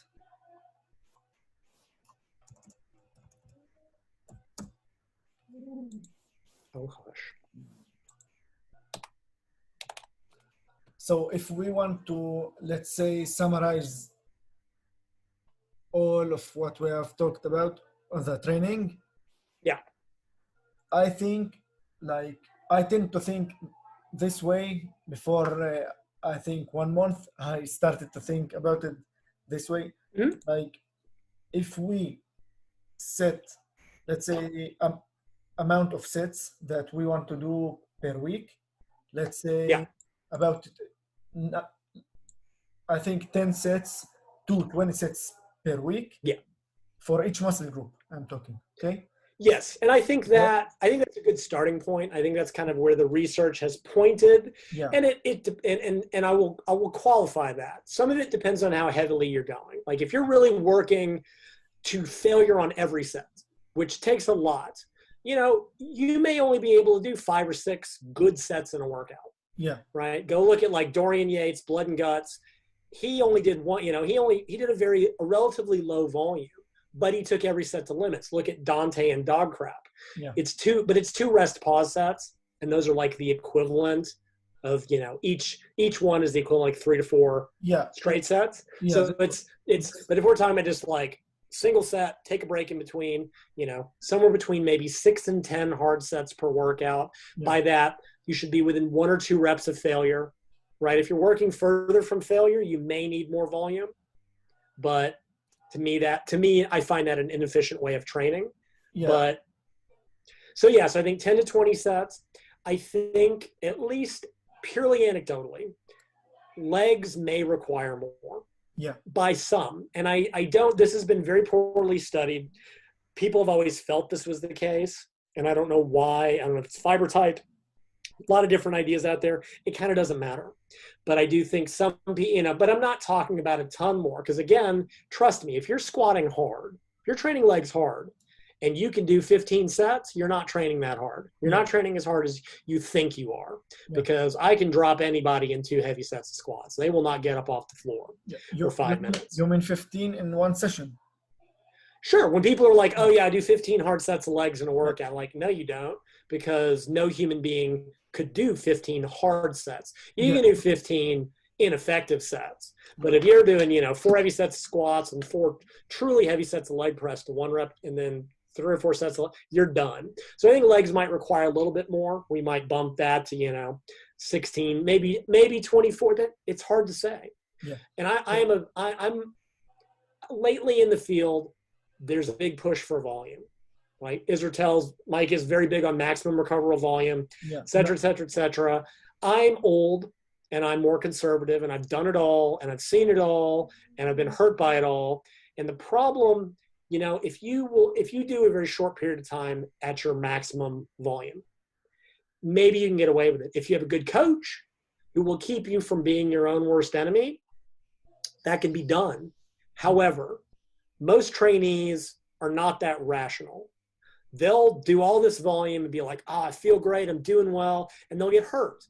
And getting hurt will do more to harm your progress than I would rather see people do what I consider an optimal volume, right? Because even Mike now, he's like, start at 10 sets, work up to 20, back off, blah, blah, blah. Like, or just do 16 sets a week that you know you can recover from and continue and focus on progression over time. Because people forget, this 8 weeks is not what really matters. Again, if I've got an athlete who's like, I got 8 weeks to get in shape, different issue. You're looking at 4 years to hit your genetic limits. What is the hurry? Because if you get hurt for 6 months, you've made a lot less. So I'd rather see optimal. So I tend to be a very middle ground kind of guy. Yeah. People also need lives. Like you can't spend all day, like you're in the gym for 4 solid hours every day. Like go do something. Go have a life, go talk to human beings and be productive. Yeah. So yeah, legs might require a little bit more. I'll also say, and this could be a whole separate thing, women may require slightly higher volumes. Yeah. For a whole bunch of boring reasons that I will eventually, I'm working on that book eventually. Does this related to the slow twitch? There's a bunch of reasons. They tend to recover a little bit faster. Yeah. Fiber typing may be part of it. They can't train with, I think they can train with heavy weights, but I think for beginner women, relatively to the men, they start with the lower weights. Yeah. Very much, especially for legs, right? Because women tend to have weaker upper bodies relative to their lower bodies. Yeah. So to do heavy squats, what their legs can move, their upper body can't physically hold because it's uncomfortable, right? Men have traps, have these, a yoke to set the bar on.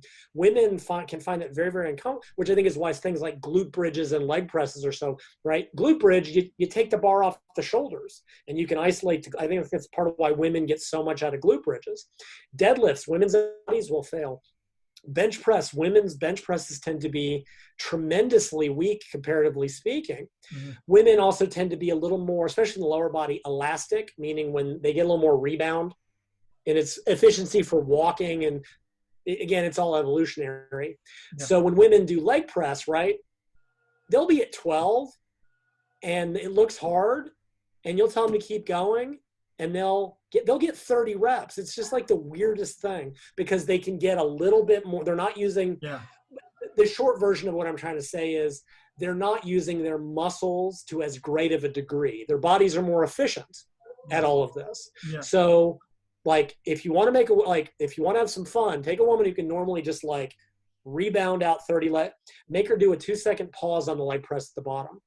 Suddenly, when she can't get that rebound, it will change it completely. But because of this, when I say more sets, I mean maybe 30%. They recover a little faster between sets. This is especially true with when you say more sets, you mean per session or per week? Both. I would say both, like per muscle group, per workout, potentially per week. But So again, let's say for men, it's the cap. It will be about 10 to 12 sets. For women, will be 15 per session.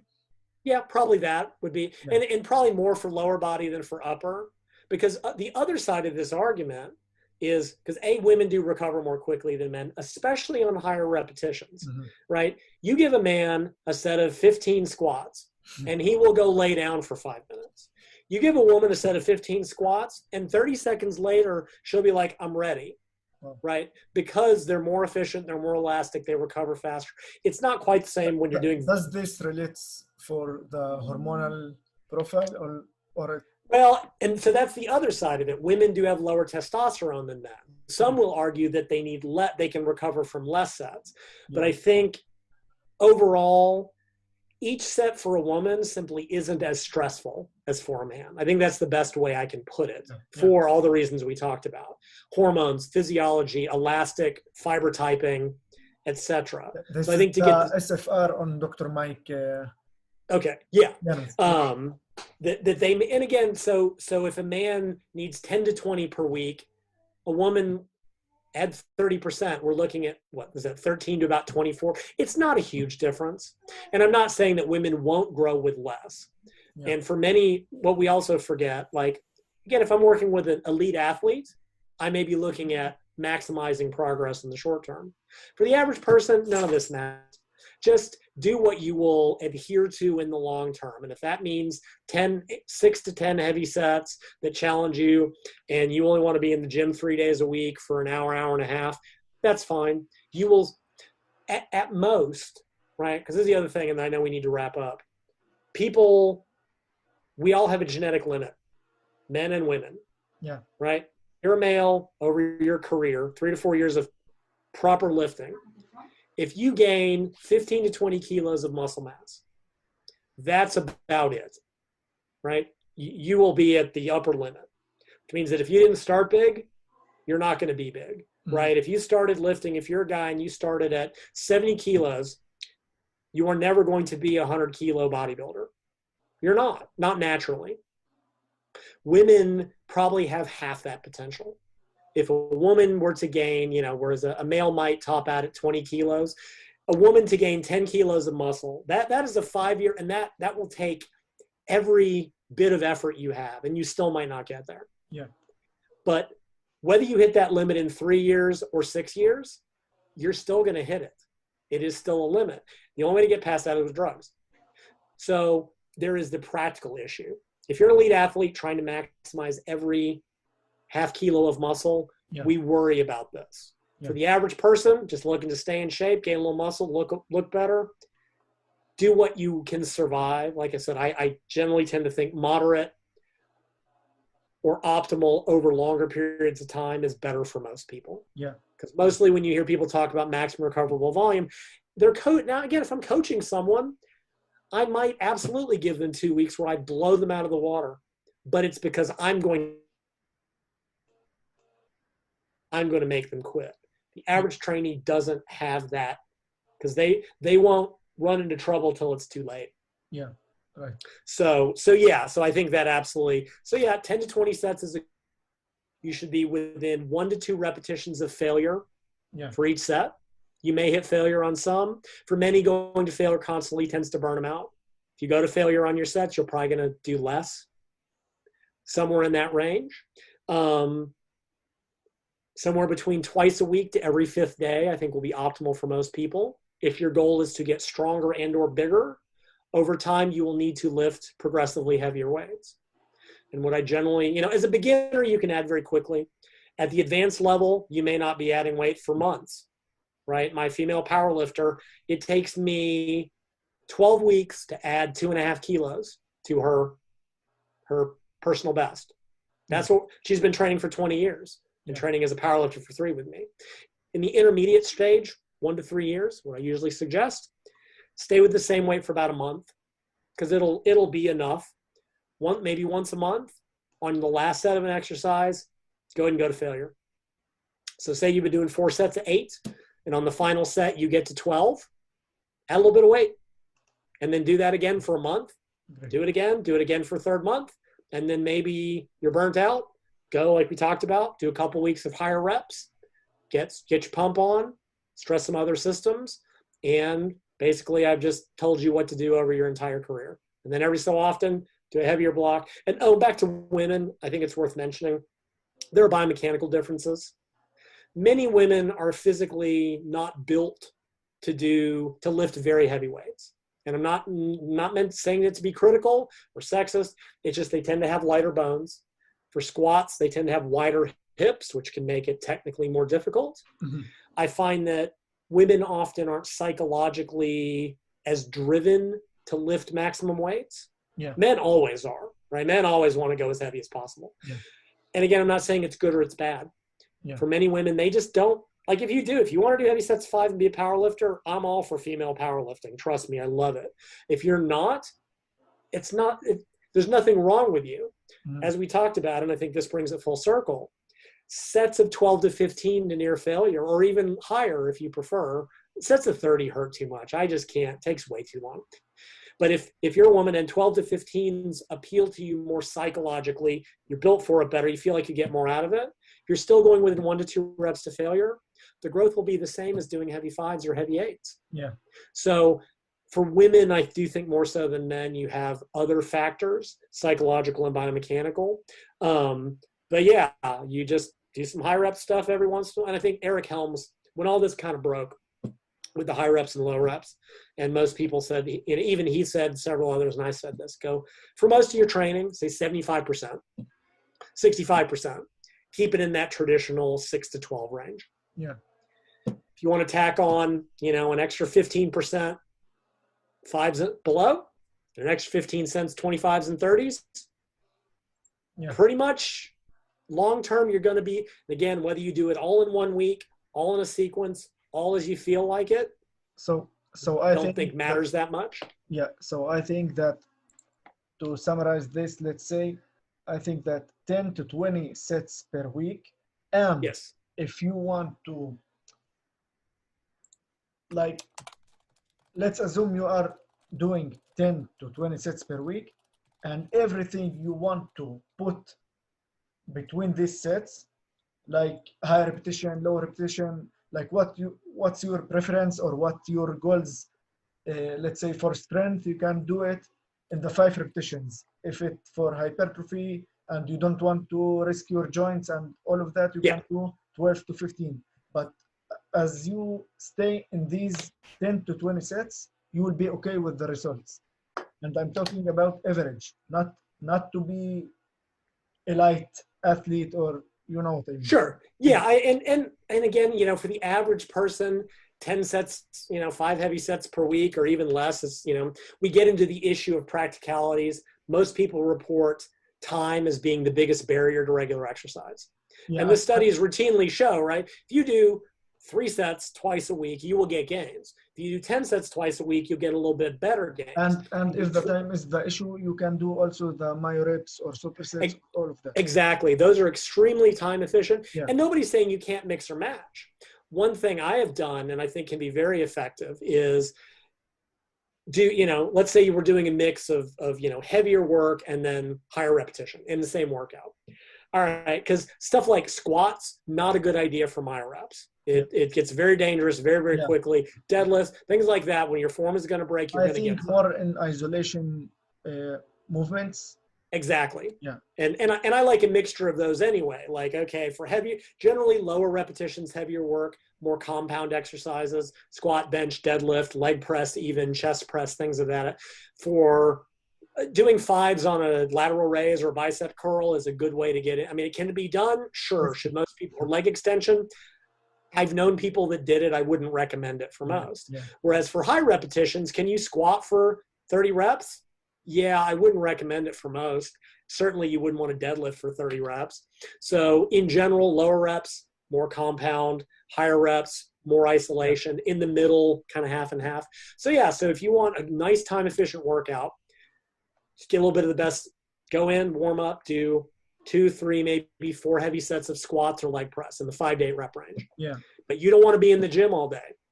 Go do a myo rep set on leg extensions, which means you do one, what he calls an activation set. Go, somewhere in the 12 to 15 range within a rep or two of failure. Dante would have you go to failure. Do that. Rest 15 seconds. Do 2, 3, 4 more. Rest 15 seconds. 2, 3, 4 more. Rest. Your book and when you're eventually getting only 1 rep, and you will pretty quickly because leg extensions like this hurt. When you get and you're only getting 1 rep, you're done. And you might have gotten 15 plus 4 plus 3 plus 2 reps. So 15, 19, And I think Blade, what is it? When you get to 30, I forget his specifics. Yeah. But yeah, so you've just gotten 1 set, 1 very painful set that was probably the equivalent of doing 4 sets of 15. Yeah. Boom, it takes you a minute and you can leave. So that's a really good way to combine these in a time efficient way. Now a question, if you log this workout, okay, and you want to repeat it the next week, let's say, or next day in the same week, and you decided to do it with straight sets, can you put this equivalent to 5 sets and put more weight? You know what I mean? Or you have the same weight? Yes, absolutely. And I think the belief is that 1 myo rep set or one dog crap set, 3 to 4 seems to be about right. So if you don't, because myo rep sets hurt. I mean, drop sets are not fun because it gets really hard towards the end. But does it? Let's say if you do straight, let's say 3 straight sets with the heaviest weight you can use, let's say for 5 reps, okay? Yes. And you do 1 set of myo reps, and this myo set leads you to do, let's say, 1 15 repetition set, and the other 3 small sets lets you do 5 reps. Does it from the fiber require I see what you're saying. the same? And the answer is mostly. This gets into a bunch of physiology that I don't think is But from the short version is the same.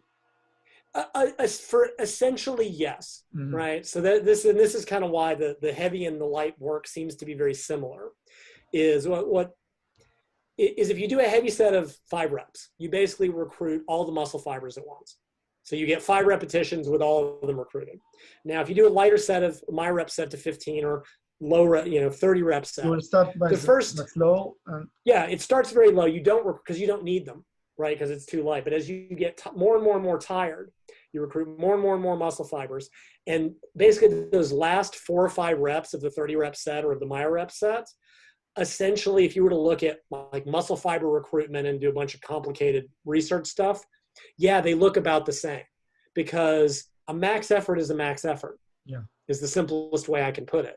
It's just a matter of how you got there, right? You can do 5 heavy reps and that's it, or you can do 25 submaximal reps to 5 heavy reps. Right. Now, to me, this is just less efficient because you basically had to do all these reps first to get to the 5 good ones. And what you see is that, and this goes back to all, you sort of see the same stress to the muscle fibers, the myofibrils, but you're also seeing stress to other things.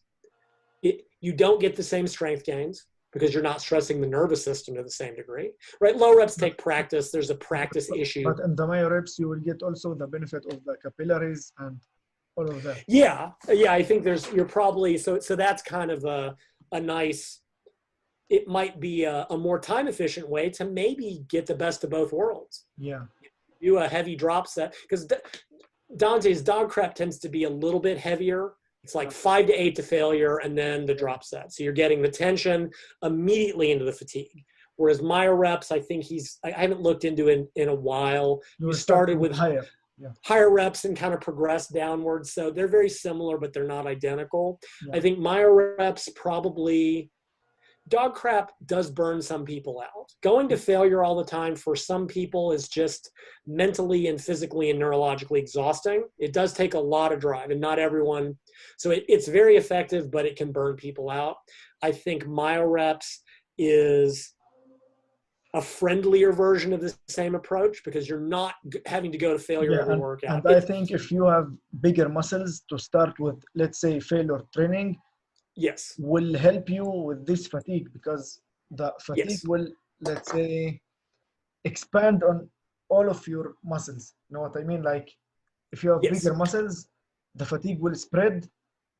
We can say that, Yes, better, I think. Yeah, I know. Yes, so I do think it's just a matter of, So, and there is, and again, we could talk about this forever, the psychology of the athlete. Yeah. Some people love going, like if they don't walk out of the gym exhausted, they're not happy. They don't feel like they've given it 110%. So dog crap is great for them because you get to just beat, and then you do your 20 rep Widowmaker squat and you crawl to the car.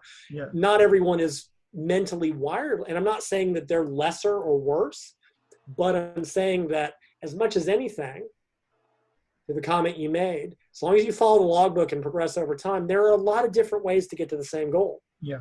Yeah. And as much as anything, it's picking the one that fits you, possibly physiologically, right? And also psychologically. It's been theorized. Maybe if you've got more type 1 fibers, maybe higher, maybe not, debatable. It has to fit you psychologically. It has to fit you anatomically and biomechanically. If you don't have, like we said, thick joints, heavy low rep training tends to break you. Go look at strongman competitors, like the top guys. Their wrists are like my forearm, right? Like I've got fairly small, because you have to be that physically robust. You have to have the bone structure to survive the training. Yeah.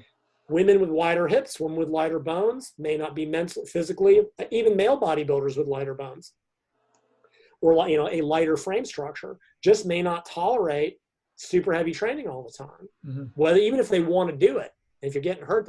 So you have to take all these variables into account, but there are some people don't. It gets very metabolically stressful in the drop sets, especially like leg extensions. The burn is terrible. It's just by the third mini set, your legs are screaming at you. Not everyone has the ability to push through that. Yeah. And again, I'm not saying it's good or bad or indifferent, but if not, you may be better off with straight sets where you get a little bit of a rest. So there's all these variables, but big picture, they will all get you to the same place in 3 or 4 years, assuming that you're progressive in some fashion. So my last question. Yes. Okay. This is about me because I want to know how you look, let's say, to my genetics. So I started to train before 11 years, okay? I'm natural, and I think I just got to my biggest weight after 2 years or 1 year and a half of training. So when I started, I was 55 kilos. Wait, did you say 55? Yeah. Wow. Okay. And now I am about 80 kilos. So this. Oh, wow. Okay. Yeah. I gained a lot but the most of my weight was gained in the first year and a half or 2 years of training. And now I am 11 years of training. You know what I mean? Like, yes. A lot of my years was just maintaining and growing a little bit. Right. The most of the gains was in the first 2 years, let's say. And that's pretty normal. On the first thing I would say is that at 55 kilos, how tall are you? 169 centimeters, like 5'7", I think, 5'6". Oh, thank you. Good. I was going to have to go look it up. Because that is 55 kilos at that height is incredibly underweight. Like you must have been, I cannot even imagine what that looked like. Like my lightest at the same height. My height, 169. You think it is about you said it's about 5'7", right? I wonder if it was underweight because I mean, yeah, it's about 5'6.5".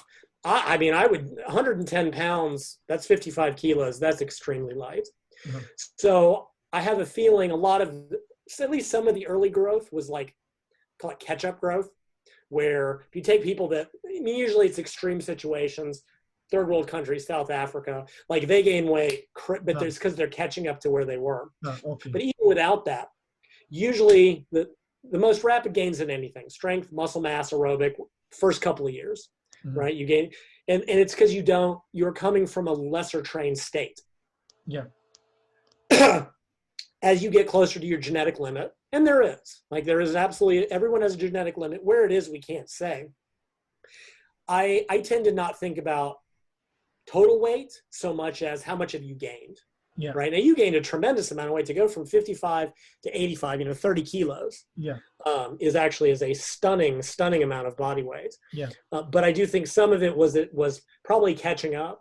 Right, because if you look at like kids during puberty, when they first hit, like they will gain 10 or 15 kilos, especially boys, like overnight, right? Yeah. So, but I have to tell you that I started with 15 years old. So I think, okay, so right then. Yeah. So part of it, I think it was like from the puberty.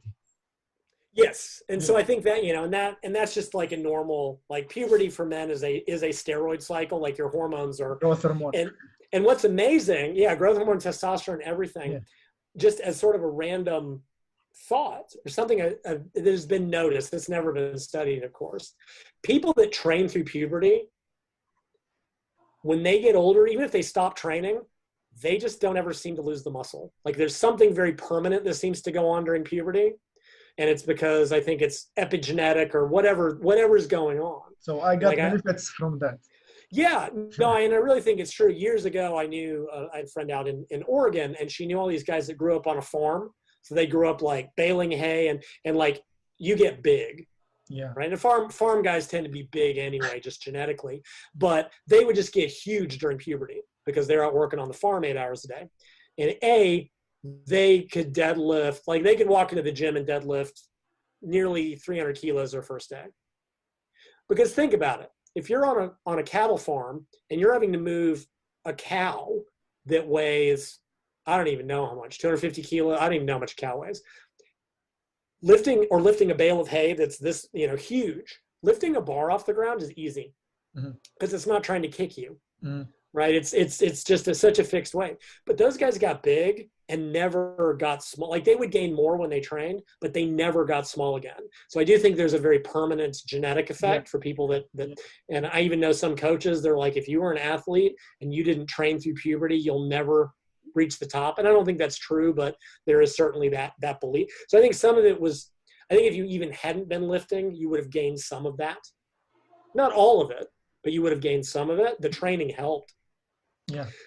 So you see, most of the gains in the first year, second year, third year, really by year 4 as a natural. If you're training progressively, productively, and eating, and a lot of people are not, you're going to be pretty close to your genetic limits. Like I said, I think for most people,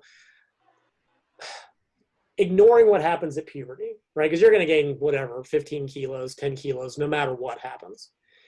The gains, I look at the number after that. If you start training after puberty, like you're 18 or 20 or 22, you've got 15 to 20 kilos genetically at the upper, like that's if you're lucky. Some people won't get even that.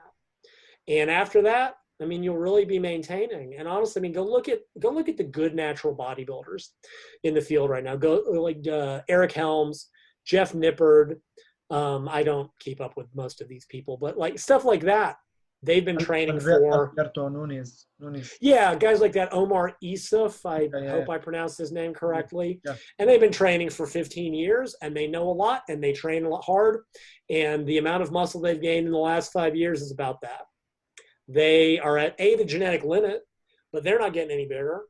And I mean, bodybuilders, and this again, very, very much physique athletes, and we'll come back to your question. They'll be like, oh yeah, but they stepped on stage 5 kilos heavier later in their career. Yeah. Right. It's because they learned how to diet. because early in their career, when they dieted down, they did it badly. They lost too much muscle. They came in dehydrated, carb, the reason they're heavier at show is because they've learned how to diet more effectively. Yeah, they lost little bit of muscle. Correct. In the off season, they're no bigger. And that's what matters. So yeah, and it's depressing, right? At the 4-year mark of now you could have trained for a decade and have done it wrong and still be a beginner. I've seen it happen. Right. You take that, and it's great. You take that person and train them right, and they tend to blow up because they've done at least some work. Yeah. But as natural, once you hit year 4, maybe 5, if you're like the gains, it's like maybe, you might get 10 kilos in the first year, 5 kilos in the second year, 3 kilos in the third year. And by year 4, you can gain a kilo a year, at which point, why bother? Like, I mean, for goodness sake, that's just nothing. And after that, these guys scrape and scrape and scrape for a year.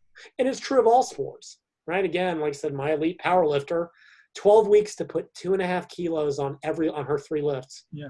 So in a year, she's putting 10, I mean, she squats 100 kilos, she benches 77.5, and she only weighs 52. She's very small. She deadlifts. She almost made 160 at her last meet, but so she's very strong. And it takes a year to put 10 kilos, to add, to improve by, that's still a 10% gain, but she's only been a powerlifter for 3 years. She's still getting good at it.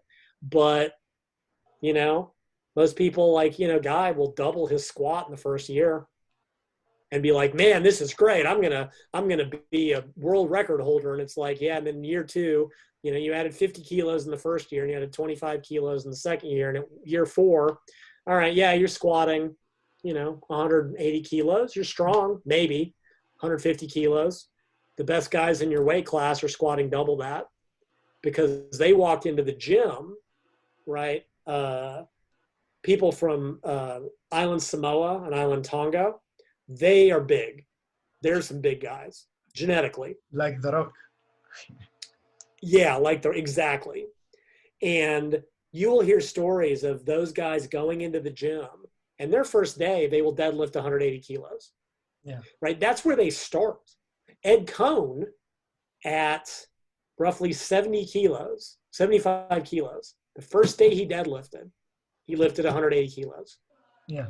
Now, it took him a decade, and he grew from 70 kilos to 110 kilos. A decade later, he was deadlifting 450-ish kilos, which is huge, but he only doubled from where he started, right? Yeah, Benny Magnus to him is small amount, but for the but I mean it's a doubling no matter how. It took him a decade to so yeah, you take someone who goes in their first day, they maybe could max 80 kilos in the squat if you let them do it, and they double that. Well, yeah, they reached 160 kilos, but 2 times not much is still not much. Yeah. And Benny Magnuson, I guess, supposedly deadlifted the same 100 kilos his first day in.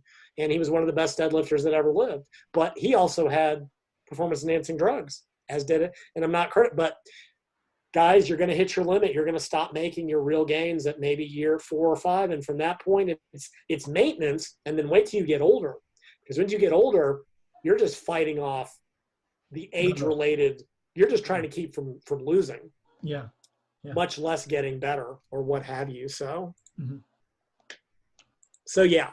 But I mean, it sounds to me like you're pretty close. You gained 35 kilos, of which, like I said, let's say 10, 15 kilos is puberty. That's about a 20 kilo gain over where you would have ended up. And that's about it, short of going to anabolic steroids, unfortunately. Okay. And at that point, you really might as well forget volume. Like that, I don't care what you do. I don't care what training program you do, how much volume you do. A genetic limit is a genetic limit. Yeah. And at that point, you might as well just do whatever will maintain your muscle mass, keep you happy, because training is fun for people. Used to be fun for me. Yeah. And we'll let you have life. And that is the good thing. I know Mike talks about minimum effective volume and maintenance loads. And you can maintain on very little for very long periods of time. And will allow you to go actually, have a life. So yeah. Thank you. Thanks a lot. Absolutely. No, thank you for having me. So I just want from you one thing, Yes. that where I can get all like the information about you Sure. to put it on the YouTube. You know what I mean? Like, Yeah, absolutely. yeah, So my website where all my articles are is called bodyrecomposition.com, all yeah, one word. yeah. Um, I have a Facebook group, which is also called Body Recomposition. My website, 400 articles on just about everything. That will take you to my store. I've written 14 books, mostly about diet, nutrition, Mhm. the women, fat loss type stuff. My Facebook group called Body Recomposition, very active. I'm in there daily. A lot of very, very smart people in there, experts in their own field, which is good when a topic is not something I can cover. I do have an Instagram called McDonald Lyle that I barely use. I mainly put stupid jokes on there, so don't expect too much from my Instagram account. Okay. And yeah, those are the best places to. So my Facebook group is where I'm most active.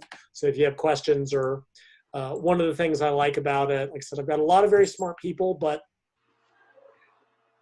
no matter what question you have, what injury I've got 5 top physiotherapists, some OBGYNs, Oh, physicians. great. People will ask the craziest questions about diseases or conditions that I've never even heard of, Okay. because I can only know so much: nutrition, training, diet, supplements. Yeah, interesting. In my group, there will be one physician that's their specialty, and 4 people that have had it and know how to deal with it. It blows my mind every day, just the breadth of information what the point of this being, I learn from folks every day. I learn from the people in my group, which I always like, because they know things I don't. So no matter what it is, someone in my group will have expertise with it. It's truly bizarre. What is your like what you have learned? What is your profession, or you know what I mean? Oh, you mean in my group thing? I mean, there's No, people that are experts. I mean you. Like, what is your certification or? Oh yeah, my academics. So I got into this. I got into the field, or I got into sports actually in high school. I was a very sedentary kid in the 80s. Played a lot of video games. Still do. Got into sports. Went to UCLA to study exercise physiology. During that point, I got very interested in sports performance. I was an inline skater competitively. And I mean, I lifted weights since I was 15. I always wanted to be a better athlete than I was. So I started reading research, and because I read all the magazines and just kind of, I used to carry trainer certifications. I don't anymore. Basically, I've got a degree in exercise physiology, and I've just been an obsessive nerd in this industry for forever. I was on the internet in '94 when it started, right? I remember we it when can it learn was. from you. I mean, and now, like, I'm the old man. Everybody, like yourself, people coming up, they're like, yeah, when I was in school, I read your stuff. Yeah. And now, they're the new experts in the field, and I'm still hanging on. Yeah, I learned, if you know Wingate College in Israel, Wingate. If you know Wingate test, yeah. Yep. So I learned bachelor in the physical education. So this year was my last year. And okay, very good. I also specialized in cardiac rehab. Okay. Yeah. So also relating to the sports. Yeah, no, yeah, absolutely. And I mean, there's that is a very big field, especially, wellness and hospital situations, but certainly knowing all those things about, cardiac output, heart rate, stroke volume, not only rehabbing that, but that gives you the tools to know how to sort of train and improve that, because it's all the same thing at a different scale. Yeah. Cardiac rehab is coming from, post-injury, very low VO2 max versus an elite athlete, but there's a great deal of crossover, certainly. Yeah. Okay, so thanks a lot. Very good. Very good. Thank you for having me. I will talk to you soon to do another episode. Sounds very good. Have a great day. Thanks. All right, bye-bye. Thanks. Bye-bye.